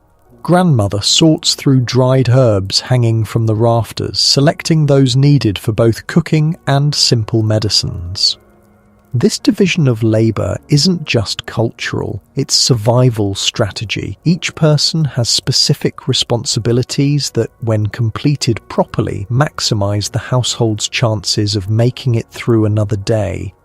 The evening meal is simple but sufficient. Barley pottage enriched with the rabbit and a handful of dried vegetables preserved from summer's garden. Everyone receives a roughly equal portion, though you notice your mother taking slightly less than others. This quiet self-sacrifice is common among medieval parents, particularly in winter when food is scarce. As darkness claims the village completely, your family settles around the central hearth for the day's final activities. Medieval evenings are necessarily limited by light. Precious candles and lamp oil are saved for emergencies or special occasions. Most households rely entirely on firelight after sunset. In this gentle, flickering illumination, quiet handwork continues. Your father returns to his carving from the previous night. Your mother and sister spin thread from carded wool. Grandmother teaches your youngest brother to make a simple trap from twigs and string. You help scrape and prepare the rabbit skin for later use. Nothing is wasted, each part of the animal serving some purpose.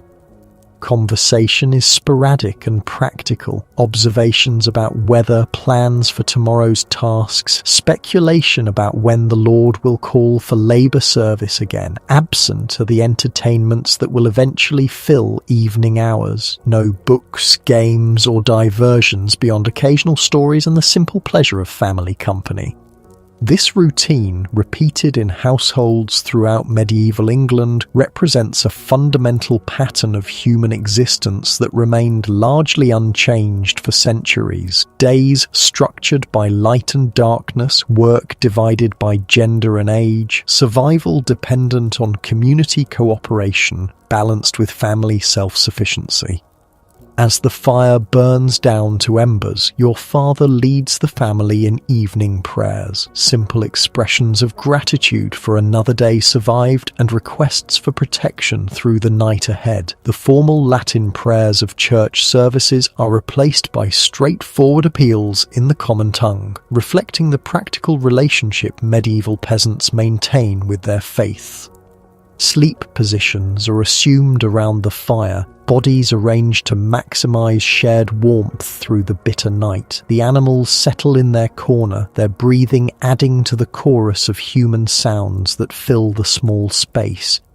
Outside, stars glitter in impossible profusion across the black winter sky. The village is quiet except for occasional dog barks and the creak of trees contracting in the cold. No artificial light pollutes the darkness, no mechanical sounds break the natural silence. Medieval nights are both profoundly dark and achingly quiet by modern standards. As you drift towards sleep, your thoughts return to the day's events, the community gathering, your father's storytelling, the simple pleasure of shared work and food. Tomorrow will bring new challenges, but for now, there is the basic comfort of shelter, family, and the knowledge that you've survived another day in the precarious balance of medieval existence. Your breathing slows, joining the rhythm of those around you. First sleep approaches, then the middle waking, then second sleep until dawn calls you back to the endless work of staying alive in a world both harsh and beautiful in its simplicity. First sleep claims you quickly, your body surrendering to exhaustion born of cold and labour, but as midnight approaches, you stir once again into that peculiar state of middle-night wakefulness that medieval people consider normal. The hut is nearly dark, the fire reduced to faintly glowing embers that cast more shadows than light. The breathing of your family creates a gentle rhythm around you, some deep in slumber, others perhaps experiencing the same wakeful period but remaining still and quiet in their own thoughts. Outside, the winter night presses against the thin walls of your dwelling. Medieval nights are profound in their darkness. No streetlights, no passing cars, no illuminated windows, just vast, complete blackness broken only by starlight and the occasional glow of a night watchman's lantern in the village centre. This darkness breeds both practical dangers and supernatural fears. Your mind drifts to both as you lie awake, staring at the barely visible thatch above.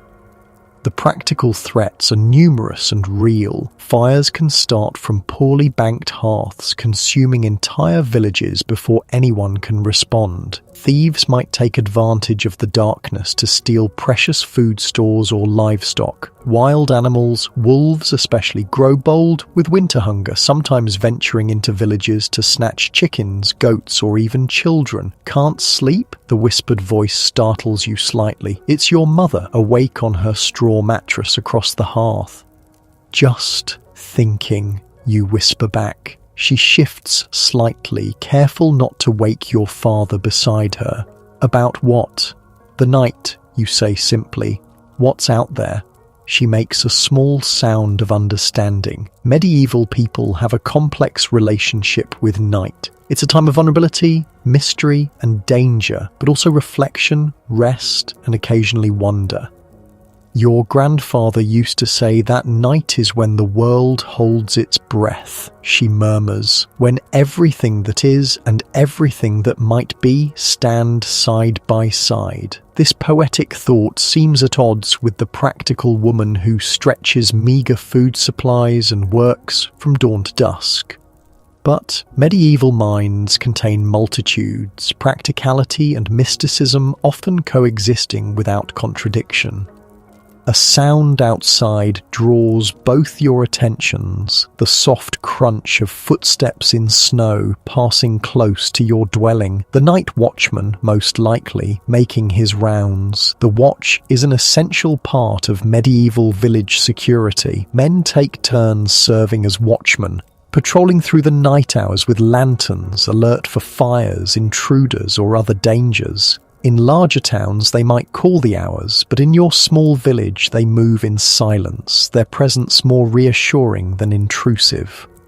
Did I ever tell you about the night spirits your grandmother taught me to recognize? Your mother asks, her voice so soft it barely carries across the small space between you. You shake your head, then realize she probably can't see the gesture in the near darkness. No, you whisper. There are 3 kinds, she begins, her voice taking on the rhythmic quality of oft-repeated folk wisdom. The wanderers who mean no harm but may lead travellers astray, the watchers who guard certain places and must be respected, and the hungry ones who seek to take what isn't theirs to take. This categorization of supernatural threats reflects medieval understanding of an unseen world existing alongside the visible one, not quite religious doctrine, not merely superstition, but something in between, a framework for explaining the inexplicable. How do you know which is which, you ask, drawn into the tale despite your 15 years and growing practical knowledge of the world? Wanderers move with the wind and leave no footprints in snow or mud, she explains. Watchers stay in one place, a particular tree or stone or crossing, and hungry ones, she pauses. Hungry ones can look like anyone or anything, but animals always know. Dogs growl, cats hiss, horses refuse to pass. You think of the village dogs that sometimes bark at nothing in the night. Is it truly nothing, or something only they can perceive? And how do you stay safe? This is the crucial question. Medieval folklore always contains practical protection strategies alongside the identification of threats. Iron keeps wanderers at bay, a nail in your pocket or a knife under your pillow. For watchers, a small offering will do, a crust of bread or drop of ale left at their place. But for hungry ones, her voice drops even lower. For hungry ones, you need prayer, salt, and fire. And even then, it's best to simply stay behind closed doors when darkness falls. The practical wisdom embedded in these supernatural precautions is evident. Iron tools represent civilization and human craft. Food offerings acknowledge the importance of reciprocity and respect for local landmarks. Prayer, salt, and fire are all purifying elements that also provide real protection against mundane threats, human ill intent, food spoilage, and the dangers of darkness. A sudden howl from the distant woods sends a shiver down your spine. Wolves, not supernatural but dangerous nonetheless, especially in lean winter months when hunger drives them closer to human settlements. They won't come to the village, your mother reassures, hearing your sharp intake of breath, not with fires and dogs and men. Most of the time, this is true, but village memory contains rare, terrible exceptions. A child taken from a doorway at dusk, a lone traveller found half-eaten on the road, livestock slaughtered in their pens despite precautions. These memories form another layer of medieval night fears. Not supernatural, but natural dangers magnified by darkness and isolation. Try to sleep, your mother suggests gently. Dawn comes early, and there's much to do tomorrow.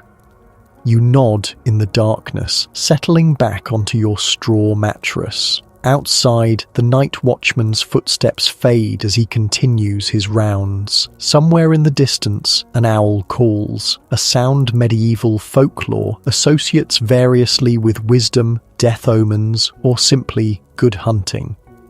Your thoughts drift to the 3 poachers, locked in the small room beside the church, their burned hands throbbing in the night. Do they lie awake as you do, contemplating dangers both seen and unseen? Do they pray for clean healing or resign themselves to further punishment?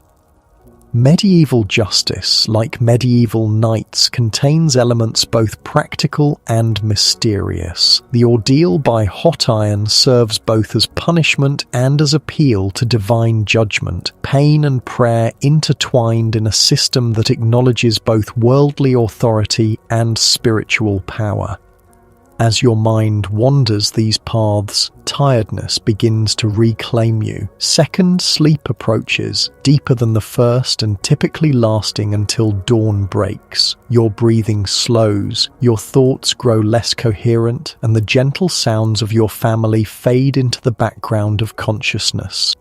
Dreams come, as they do for all medieval sleepers. In a world without modern entertainment or constant stimulation, dreams hold special significance, sometimes seen as mere reflections of daily life, other times as portents or messages from beyond. Your dream tonight is vivid, as winter dreams often are. You walk through the village, but it's strangely empty. The houses dark and silent. Snow falls, but makes no sound as it touches the ground. At the village centre, near the church, a figure stands, too tall to be human, wrapped in shadows despite the surrounding whiteness. The figure turns toward you, its face obscured but somehow familiar. It raises a hand, pointing toward the forest edge where something moves among the trees. Many somethings, their eyes reflecting firelight though no fire burns. You try to run but find yourself moving with dream slowness, each step requiring enormous effort. The shadowy figure watches without moving as the creatures from the forest edge draw closer, their forms shifting between wolf and human and something else entirely. Just as they reach the first houses, the church bell begins to toll, not the measured rings that mark the hours, but a frantic, continuous peal that signals emergency. Fire? Attack? You can't tell, but the sound penetrates even the dream, growing louder until you wake suddenly, heart pounding, to real bells ringing in the pre-dawn darkness. Around you, your family is already stirring, confusion and alarm on their sleep-creased faces. "What is it?" your sister asks, clutching her blanket. "Fire?" Your father is already pulling on his boots, face grim. "One way to find out," he says, reaching for his heaviest cloak. Medieval village alarms are rare but significant. They call able-bodied residents to address whatever threat has emerged. No one ignores the summons, regardless of cold or darkness or personal reluctance. "Stay here," your father tells your mother, who nods and begins stoking the fire to full strength. If there's trouble in the village, having a warm hearth to return to could be vital. You follow your father into the bitter pre-dawn cold, the sky still black overhead though hints of grey touch the eastern horizon. Other men emerge from neighbouring houses, expressions questioning but movements purposeful. Everyone heads toward the church where the bells continue their urgent summons. The village centre is chaos. People gathering, voices raised in question and exclamation, the night watchman attempting to maintain order. By the church door stands the priest, his face pale in the torchlight. "What's happened?" someone calls from the crowd. The priest raises his hands for silence, waiting until the confused voices subside before speaking. "The prisoners are gone," he announces, his voice carrying in the cold air. "The poachers escaped during the night." A murmur runs through the gathered villagers. Escape is a serious matter, not just for the fugitives, whose punishment will be far worse if recaptured, but for the village itself. The Lord will hold the community responsible for failing to secure criminals under church protection. "How?" demands the village reeve, pushing to the front of the crowd. "The door was barred and guarded." The night watchman steps forward, his face tight with shame and fear. "I checked every hour, as instructed. At midnight all was well, but when I returned at the first hour past midnight," he trails off, gesturing helplessly. "The bar was removed from the outside," the priest says, his tone making clear what this implies. Someone in the village helped them. This revelation sends another darker ripple through the crowd. External threats, fire, wolves, wandering outlaws, unite a medieval community in common defense. Internal betrayal is far more troubling, undermining the mutual trust that village survival depends upon. "We must search," announces the Reeve, taking charge of the situation. "Form groups of 3 or 4. Check every building, every shed, every haystack. They can't have gone far in this cold, especially with injured hands." The men quickly organize themselves into search parties, each taking responsibility for a section of the village and surrounding areas. You join your father and 2 neighbors assigned to check the northern edge where the village meets the forest. Dawn is breaking as your group sets out, the eastern sky lightening to pale grey, though the sun remains below the horizon. The snow makes tracking theoretically easier, but the night's foot traffic, particularly around the village centre, has created a confusing maze of overlapping prints. "Look for blood," suggests one of your companions grimly. Their hands would be bleeding through the bandages. It's a practical but disturbing observation. The burned flesh would indeed seep through even the church's careful wrappings, leaving telltale spots in the snow. Medieval tracking often relies on such details: blood trails, broken branches, disturbed ground cover. Rather than the footprints that modern minds might prioritize, your search reveals nothing in the immediate village area, so the group continues toward the forest edge. The trees stand like dark sentinels against the lightening sky, their shadows stretching long across the unbroken snow. Something about the scene reminds you uncomfortably of your dream. The snow, the forest, the sense of hidden watchers. "There," your father says suddenly, pointing to a subtle disturbance in the snow near a large oak tree. "Someone passed here, heading into the woods."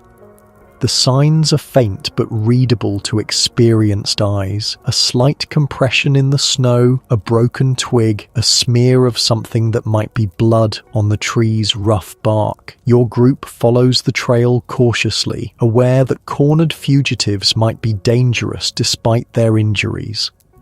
The forest in winter is eerily quiet, the snow dampening natural sounds and the cold keeping many creatures in their dens or nests. Your breath forms clouds that hang briefly in the air before dissolving. The light grows stronger as you walk, making the snow crystals glitter like countless tiny stars. "They're heading north," observes one of your companions after nearly an hour of careful tracking. "Toward Blackwood." This observation sends a chill through the group that has nothing to do with the temperature. Blackwood, where the dancing sickness has already claimed 6 lives. Why would the fugitives head there of all places? "Perhaps they don't know," suggests your father, though his tone indicates doubt. News travels between villages even in winter, carried by peddlers and travellers. The poachers would likely have heard of the affliction before their capture. "Or perhaps they do know," says the oldest man in your group darkly, "and hope pursuers will fear to follow." This perspective, that the fugitives might deliberately use the threat of sickness as protection, reflects the medieval understanding of disease as something almost tangible, a danger that can be approached or avoided through deliberate choice rather than invisible contagion. The trail leads deeper into the forest, eventually joining a narrow track that serves as a rough road between villages. Here, the signs become harder to follow. The packed snow of the path reveals less detail than the soft drifts among the trees. "We should turn back," your father says, after another hour of increasingly difficult tracking. "We're getting too close to Blackwood, and the others will be wondering where we are." No one argues. The morning is advancing, the sun now fully visible through the trees, and other duties wait in the village. Medieval time management always involves balancing competing necessities, in this case the pursuit of fugitives against the daily work of survival. The return journey passes in thoughtful silence. The escape will have consequences for the village, the Lord will demand explanation and possibly compensation for the lost prisoners. Someone within the community helped the poachers flee, which means trust has been broken, and the fugitives themselves face an uncertain fate, freedom purchased at the cost of exile, injury, and the looming threat of the dancing sickness in their apparent destination. As your group emerges from the forest edge, the village comes into view below, smoke rising from multiple chimneys into the clear winter sky. Other search parties are also returning, their body language suggesting similarly unsuccessful efforts. The bell has stopped ringing, the immediate emergency replaced by the need to return to normal routines. Your father sighs, his breath clouding before him. Well, that's that, he says pragmatically. They're in God's hands now, for better or worse. This fatalistic acceptance is characteristically medieval, acknowledging human limitations and surrendering outcomes to divine will. You've done what could be done. The rest belongs to forces beyond your control. Back in the village, the Reeve is collecting reports from each search party, his expression growing increasingly grim as the unanimous failure becomes clear. The fugitives have truly escaped, at least for now. The Lord will hear of this, he announces to the gathered men. Expect his steward by midday. Keep searching when you can, but return to your usual work. The fields won't plough themselves come spring. This practical reminder that life and work must continue regardless of unusual events disperses the crowd quickly. Medieval survival leaves little room for extended disruption of routine, even for significant incidents like an escape from justice. Your father heads toward home, where breakfast and chores await. You follow, your mind still partly in the forest, partly on the fugitives making their way toward a village gripped by terrifying sickness. Were they desperate enough to risk the dancing plague? Or did they have some other plan, some knowledge or destination not evident in their tracks? These questions fade as you enter the warmth of your hut, where the morning pottage steams in its pot and your mother looks up expectantly. No sign of them beyond the forest edge, your father reports, warming his hands by the fire. They're long gone by now, most likely. She nods, accepting this outcome as she accepts most of life's uncertainties. Sit and eat before it gets cold, she says practically. No sense chasing shadows on an empty stomach. The family gathers for the morning meal, the unusual start to the day already being absorbed into the necessary rhythm of medieval life. The poacher's escape will become a story told around winter fires, embellished with details imagined rather than observed, its meaning shaped by individual perspectives on justice, mercy, and the complex web of loyalties that bind and sometimes divide a village community. Outside, the sun climbs higher in a clear sky, promising a bright but bitterly cold day. Birds venture out cautiously, searching for food in the snow-covered landscape. The village gradually returns to its normal activities, women spinning and weaving, men repairing tools and tending livestock, children carrying water and gathering firewood under careful supervision. Medieval life continues its precarious balance between order and chaos, certainty and mystery, natural and supernatural. Another day of survival begins, with all its challenges and small victories set against the backdrop of a world both simpler and more complex than modern minds often imagine. The Lord's steward arrives at midday, just as the reeve predicted. His horse's hooves break the crusted snow as he rides into the village centre, back straight, expression severe. Medieval authority moves with deliberate visibility, a reminder of power structures that shape every aspect of village life. Word spreads quickly, and villagers gather at a respectful distance to witness the official response to the escape. The steward dismounts stiffly, his fine wool cloak and leather boots marking him as distinctly separate from the homespun-clad peasants watching in wary silence. 3 prisoners escaped during the night, the reeve explains, standing before the steward with his cap in his hands, a posture of deference required by medieval social hierarchy. We searched at first light but found only tracks leading north toward Blackwood. The steward's face remains impassive. The Lord is most displeased, he says, his voice carrying clearly in the cold air. Justice has been thwarted and his authority questioned.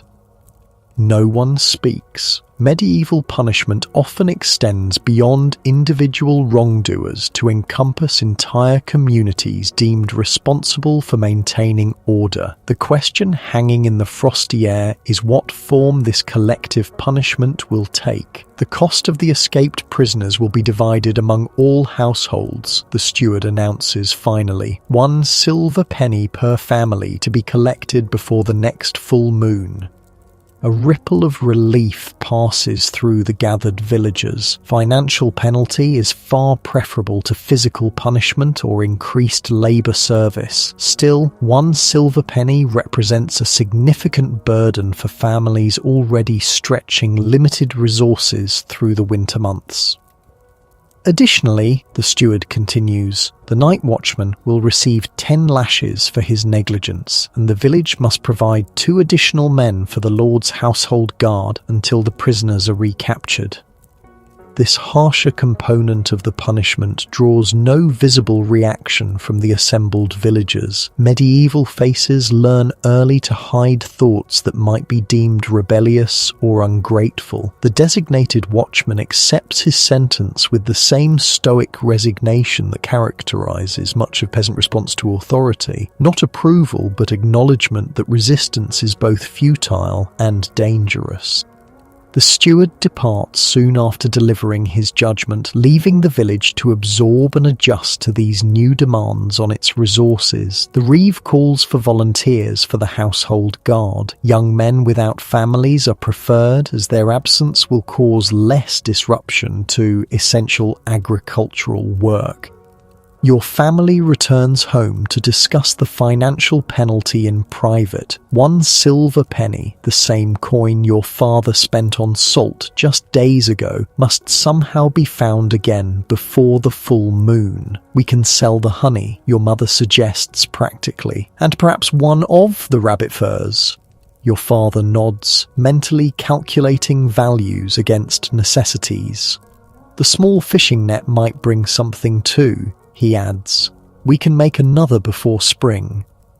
This pragmatic approach to crisis, inventorying available resources, identifying what can be sacrificed, planning for replacement, exemplifies medieval problem solving. Survival depends on both flexibility and foresight, the ability to meet immediate demands without compromising long-term viability. The conversation shifts to speculation about who might have helped the prisoners escape. This question has been circulating through the village all morning, suspicion falling on various households based on past friendships, family connections, or perceived sympathies. Best not to wonder aloud, your father cautions, his voice dropping despite the privacy of your home. Neighbours accusing neighbours leads nowhere good. He speaks from historical memory. Previous generations have witnessed how easily medieval communities can fracture under pressure, allegations of wrongdoing sometimes escalating to formal charges of more serious crimes. In a world without professional law enforcement or objective evidence, gathering, suspicion alone can destroy lives. The remainder of the day passes in necessary work, tending animals, checking stores, preparing food, mending tools and clothing. Medieval winter offers few idle hours, regardless of unusual events or additional burdens. The fundamental tasks of survival continue their relentless rhythm. By evening, the village has largely absorbed the morning's disruption. The watchman has received his punishment, administered publicly as both specific consequence and general warning. 2 young men have been selected for the Lord's Guard and will depart tomorrow with minimal belongings. Financial penalties have been acknowledged and planning for payment begun in each affected household. This rapid return to routine reflects medieval resilience, the capacity to endure hardship, adjust to new demands, and continue functioning despite constant challenges. It's not stoicism in the philosophical sense, but practical adaptation born of necessity. Those who cannot bend under pressure break, and broken people rarely survive medieval winters. As darkness falls once more, your family gathers around the hearth for the evening meal. Another simple pottage, though slightly thinner than yesterday's, as adjustments for the coming penalty payment have already begun. Food represents both immediate sustenance and potential trade value. Reducing consumption now means having something to sell later. Will we have enough? Your sister asks quietly, echoing her question from days before, but with new urgency given the additional financial burden. Your father glances at your mother before answering. We'll make enough, he says firmly. We always have. This confidence isn't baseless optimism, but hard-earned knowledge of family capability. Over generations, your ancestors have survived famine, plague, war, and countless winters. The current challenges are significant but not unprecedented in the long history of medieval peasant endurance. After the meal, instead of immediately preparing for sleep as usual, your father retrieves a small wooden box from beneath the straw mattress he shares with your mother. The box, one of the few items in the hut that might be considered decorative rather than purely functional.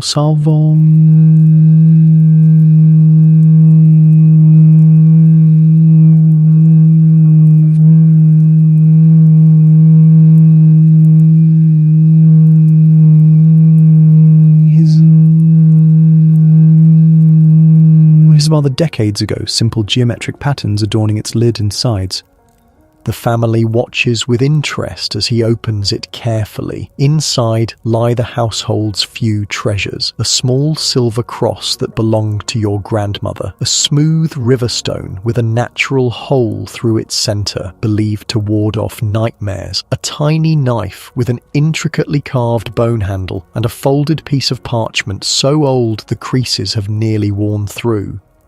Your father lifts out the parchment and gently unfolds it. Though you've seen it before on rare occasions, its appearance always creates a moment of reverence. Few peasant families possess any written document, making this one a manumission record freeing your great-grandfather from serfdom on another estate, particularly precious.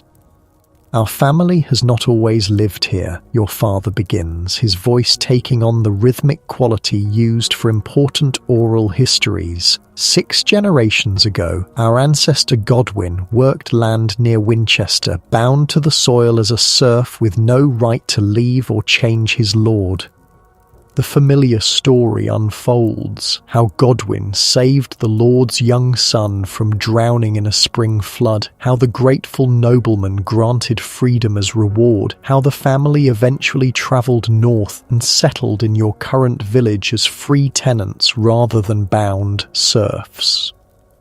Even in the hardest times, your father continues, carefully refolding the precious document. Remember that our family carries this freedom. We may be poor in silver, but rich in choice and movement. Many cannot say the same. This perspective, highlighting relative privilege within an objectively difficult existence, offers powerful psychological sustenance. Medieval survival depends as much on mental resilience as physical endurance, on finding meaning and value that transcends immediate hardship. The small wooden box is returned to its hiding place, its contents once again concealed from casual observation. Such treasures, modest by noble standards but incalculably valuable to your family, represent both heritage and potential emergency resources. The silver cross, though cherished for its sentimental and spiritual significance, could be sold in truly desperate circumstances to buy food or medicine. This balance between preservation and pragmatism characterizes medieval relationship with possessions. Nothing is so sacred it cannot be sacrificed for survival if absolutely necessary. Nothing practical is discarded merely because it's old or worn. Everything serves multiple purposes, exists in multiple dimensions of value. As the evening deepens toward night, conversation dwindles and activities slow. Bodies tired from daily labor gradually arrange themselves around the central hearth, preparing for sleep's first phase. The fire is banked carefully, enough embers preserved to rekindle flame in the morning but low enough to minimize the risk of sparks during unattended hours. Tonight, perhaps because of the day's events or the family history recently revisited, your thoughts turn toward the broader context of your medieval existence as sleep approaches. You live in a world defined by limits and governed by forces largely beyond individual control. Weather determines crop success or failure. Lords determine labor requirements and taxation levels. Church authorities shape moral understanding and community ritual. Diseases appear mysteriously and claim lives seemingly at random. Yet within these constraints, medieval people exercise remarkable agency and creativity. They develop sophisticated techniques for food preservation and production. They create tools precisely adapted to specific tasks. They establish complex social networks of mutual support and obligation. They transmit practical knowledge across generations through stories, demonstrations, and apprenticeships. This paradox, severely limited power combined with impressive adaptability, defines medieval existence. It produces both fatalism and ingenuity, resignation and innovation, acceptance and resistance. It shapes the medieval mind into something simultaneously practical and mystical, conventional and creative. Your own family embodies these contradictions. Your father accepts the Lord's authority without question, yet carefully guards the document proving your ancestors' freedom. Your mother recites Christian prayers faithfully while sharing folk wisdom about night spirits inherited from pagan forebears. You yourself work the land according to ancient patterns while constantly seeking small improvements in technique or tool design. This complexity extends throughout medieval society. The lord who demands labor service also provides protection from external threats. The church that collects tithes also distributes charity in times of greatest need. The community that enforces conformity also ensures no individual faces hardship entirely alone. Understanding these balanced tensions helps explain how medieval people survived conditions that might seem unbearable to modern sensibilities. Physical hardship was mitigated by social connection. Material poverty was offset by spiritual wealth. Limited political power was balanced by intimate knowledge of local environment and resources.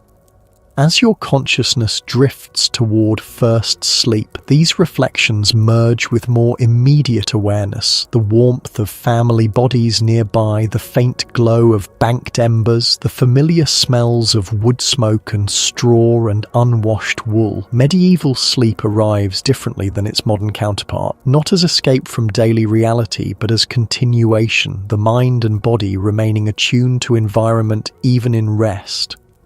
Dreams come, populated with elements from both today's events and deeper medieval consciousness. You walk forest paths searching for escaped poachers, but find instead evidence of older presence: stone circles, ancient trees, patterns pressed into earth by generations of footsteps following the same routes. The Lord's Steward appears, transformed into something half human and half beast, demanding payment in strange coins that burn when touched. Village neighbours shapeshift between familiar faces and unrecognisable forms, friend and stranger simultaneously. Middle night waking arrives with the usual brief clarity. The hut is quiet except for soft breathing and occasional animal movements. Outside, the winter night holds both mundane dangers and mysterious possibilities, separated by boundaries more permeable in medieval understanding than they will later become. You lie awake briefly, listening to these small sounds of nocturnal existence before second sleep reclaims consciousness. This time, dreams are gentler, simple scenes of spring planting, summer harvest, autumn preservation. The seasonal rhythm that governs medieval life provides its own form of security, the reliable cycle continuing despite individual hardships or specific years of plenty or scarcity. Dawn approaches gradually, the darkness outside thinning to grey before acquiring the faint golden quality that signals actual sunrise. Medieval bodies, attuned to these subtle light changes through necessity, begin stirring toward wakefulness without artificial prompting. Another day begins, similar to yesterday in its basic requirements but distinct in its specific challenges and opportunities. This balance between repetition and variation characterizes medieval time perception. Days follow predictable patterns dictated by light, season, and social obligation, yet each brings unique combinations of weather, interaction, and circumstance. Your family rises to face these combined certainties and uncertainties with practiced efficiency. The fire is rekindled from preserved embers. Water is fetched from the well despite overnight ice formation. Animals receive minimal but adequate winter rations. Pottage is prepared from carefully measured ingredients, balancing immediate hunger against long-term supply maintenance.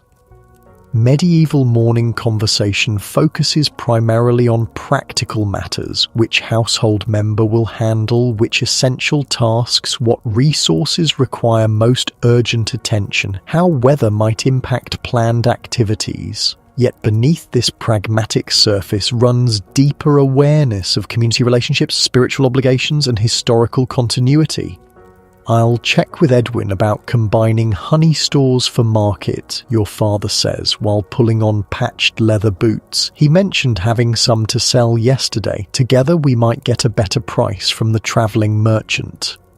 This casual comment reflects sophisticated medieval economic strategy, recognizing how cooperation can improve bargaining position, identifying potential trading partners beyond immediate village boundaries, calculating relative advantages of different transaction approaches. "Take some dried apples to his wife," your mother suggests. "She mentioned wanting some for her winter cough." This addition demonstrates the complex interdependence of medieval community. Gifts, trades, and sales blur together in relationships maintained through multiple forms of exchange. The apples represent simultaneously economic value, medicinal resource, social currency, and insurance against future need. I heard the priest say prayers for those with dancing sickness in Blackwood, your sister comments while carding wool. Does that mean it's spreading? The question introduces the day's underlying anxiety, neighbouring village affliction potentially approaching your own community. Medieval disease management relied heavily on isolation and prayer, with limited understanding of transmission mechanisms but practical recognition of contagion patterns. We've checked our grain, your father reminds her, and burned what looked suspicious. The rest we can do is pray and stay watchful. This response encapsulates medieval crisis management, practical precaution combined with spiritual appeal, neither replacing the other but working in tandem. Physical action demonstrates responsibility, prayer acknowledges limitation. Together they provide framework for facing threats beyond complete human control. As morning advances into full daylight, your family disperses to separate tasks, your father to consult with Edwin about honey sales, your mother and sister to continue wool processing, your younger brothers to help neighbours repair storm damage in exchange for future assistance. You are assigned to check snares and fishing lines, the daily protein search that might mean the difference between mere hunger and actual malnutrition.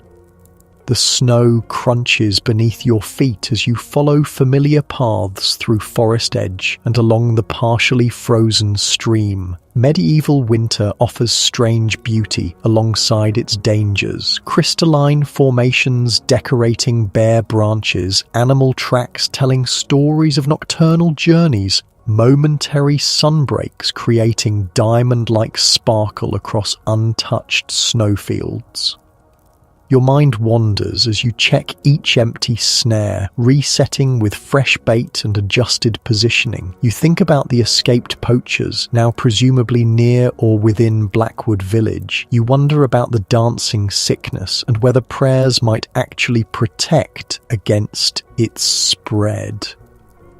You calculate how many days until the silver penny must be paid and what items might need to be sold to raise the amount. These thoughts, practical, spiritual, social, flow together in medieval consciousness without artificial separation. The natural and supernatural occupy the same mental space. Economic concerns intertwine with community obligations. Personal survival connects directly to family and village welfare.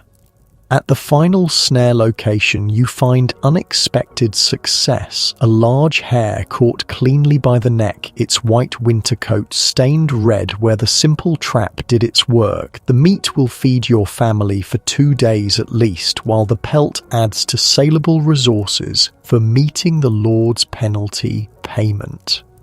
This small victory, more luck than skill, though proper snare placement certainly contributed, brings disproportionate satisfaction. Medieval existence magnifies such moments, each successful capture or harvest or crafted item representing not merely immediate benefit, but affirmation of continued survival ability. As you carefully remove the hair from the snare, a sense of connection flows between your hands and those of countless ancestors who performed identical actions in identical necessity. This continuity provides powerful psychological support. You are not alone in your struggles, but part of an unbroken human chain extending backward through generations who faced similar challenges and forward through descendants who will inherit your knowledge and resilience. Walking homeward with the hair secured to your belt, you notice how the winter sun has already begun its early descent toward the western horizon. Medieval winter days offer limited productive hours, requiring careful time management and prioritization. Activities demanding good visibility must be completed while light remains. Tasks possible by firelight are reserved for evening hours.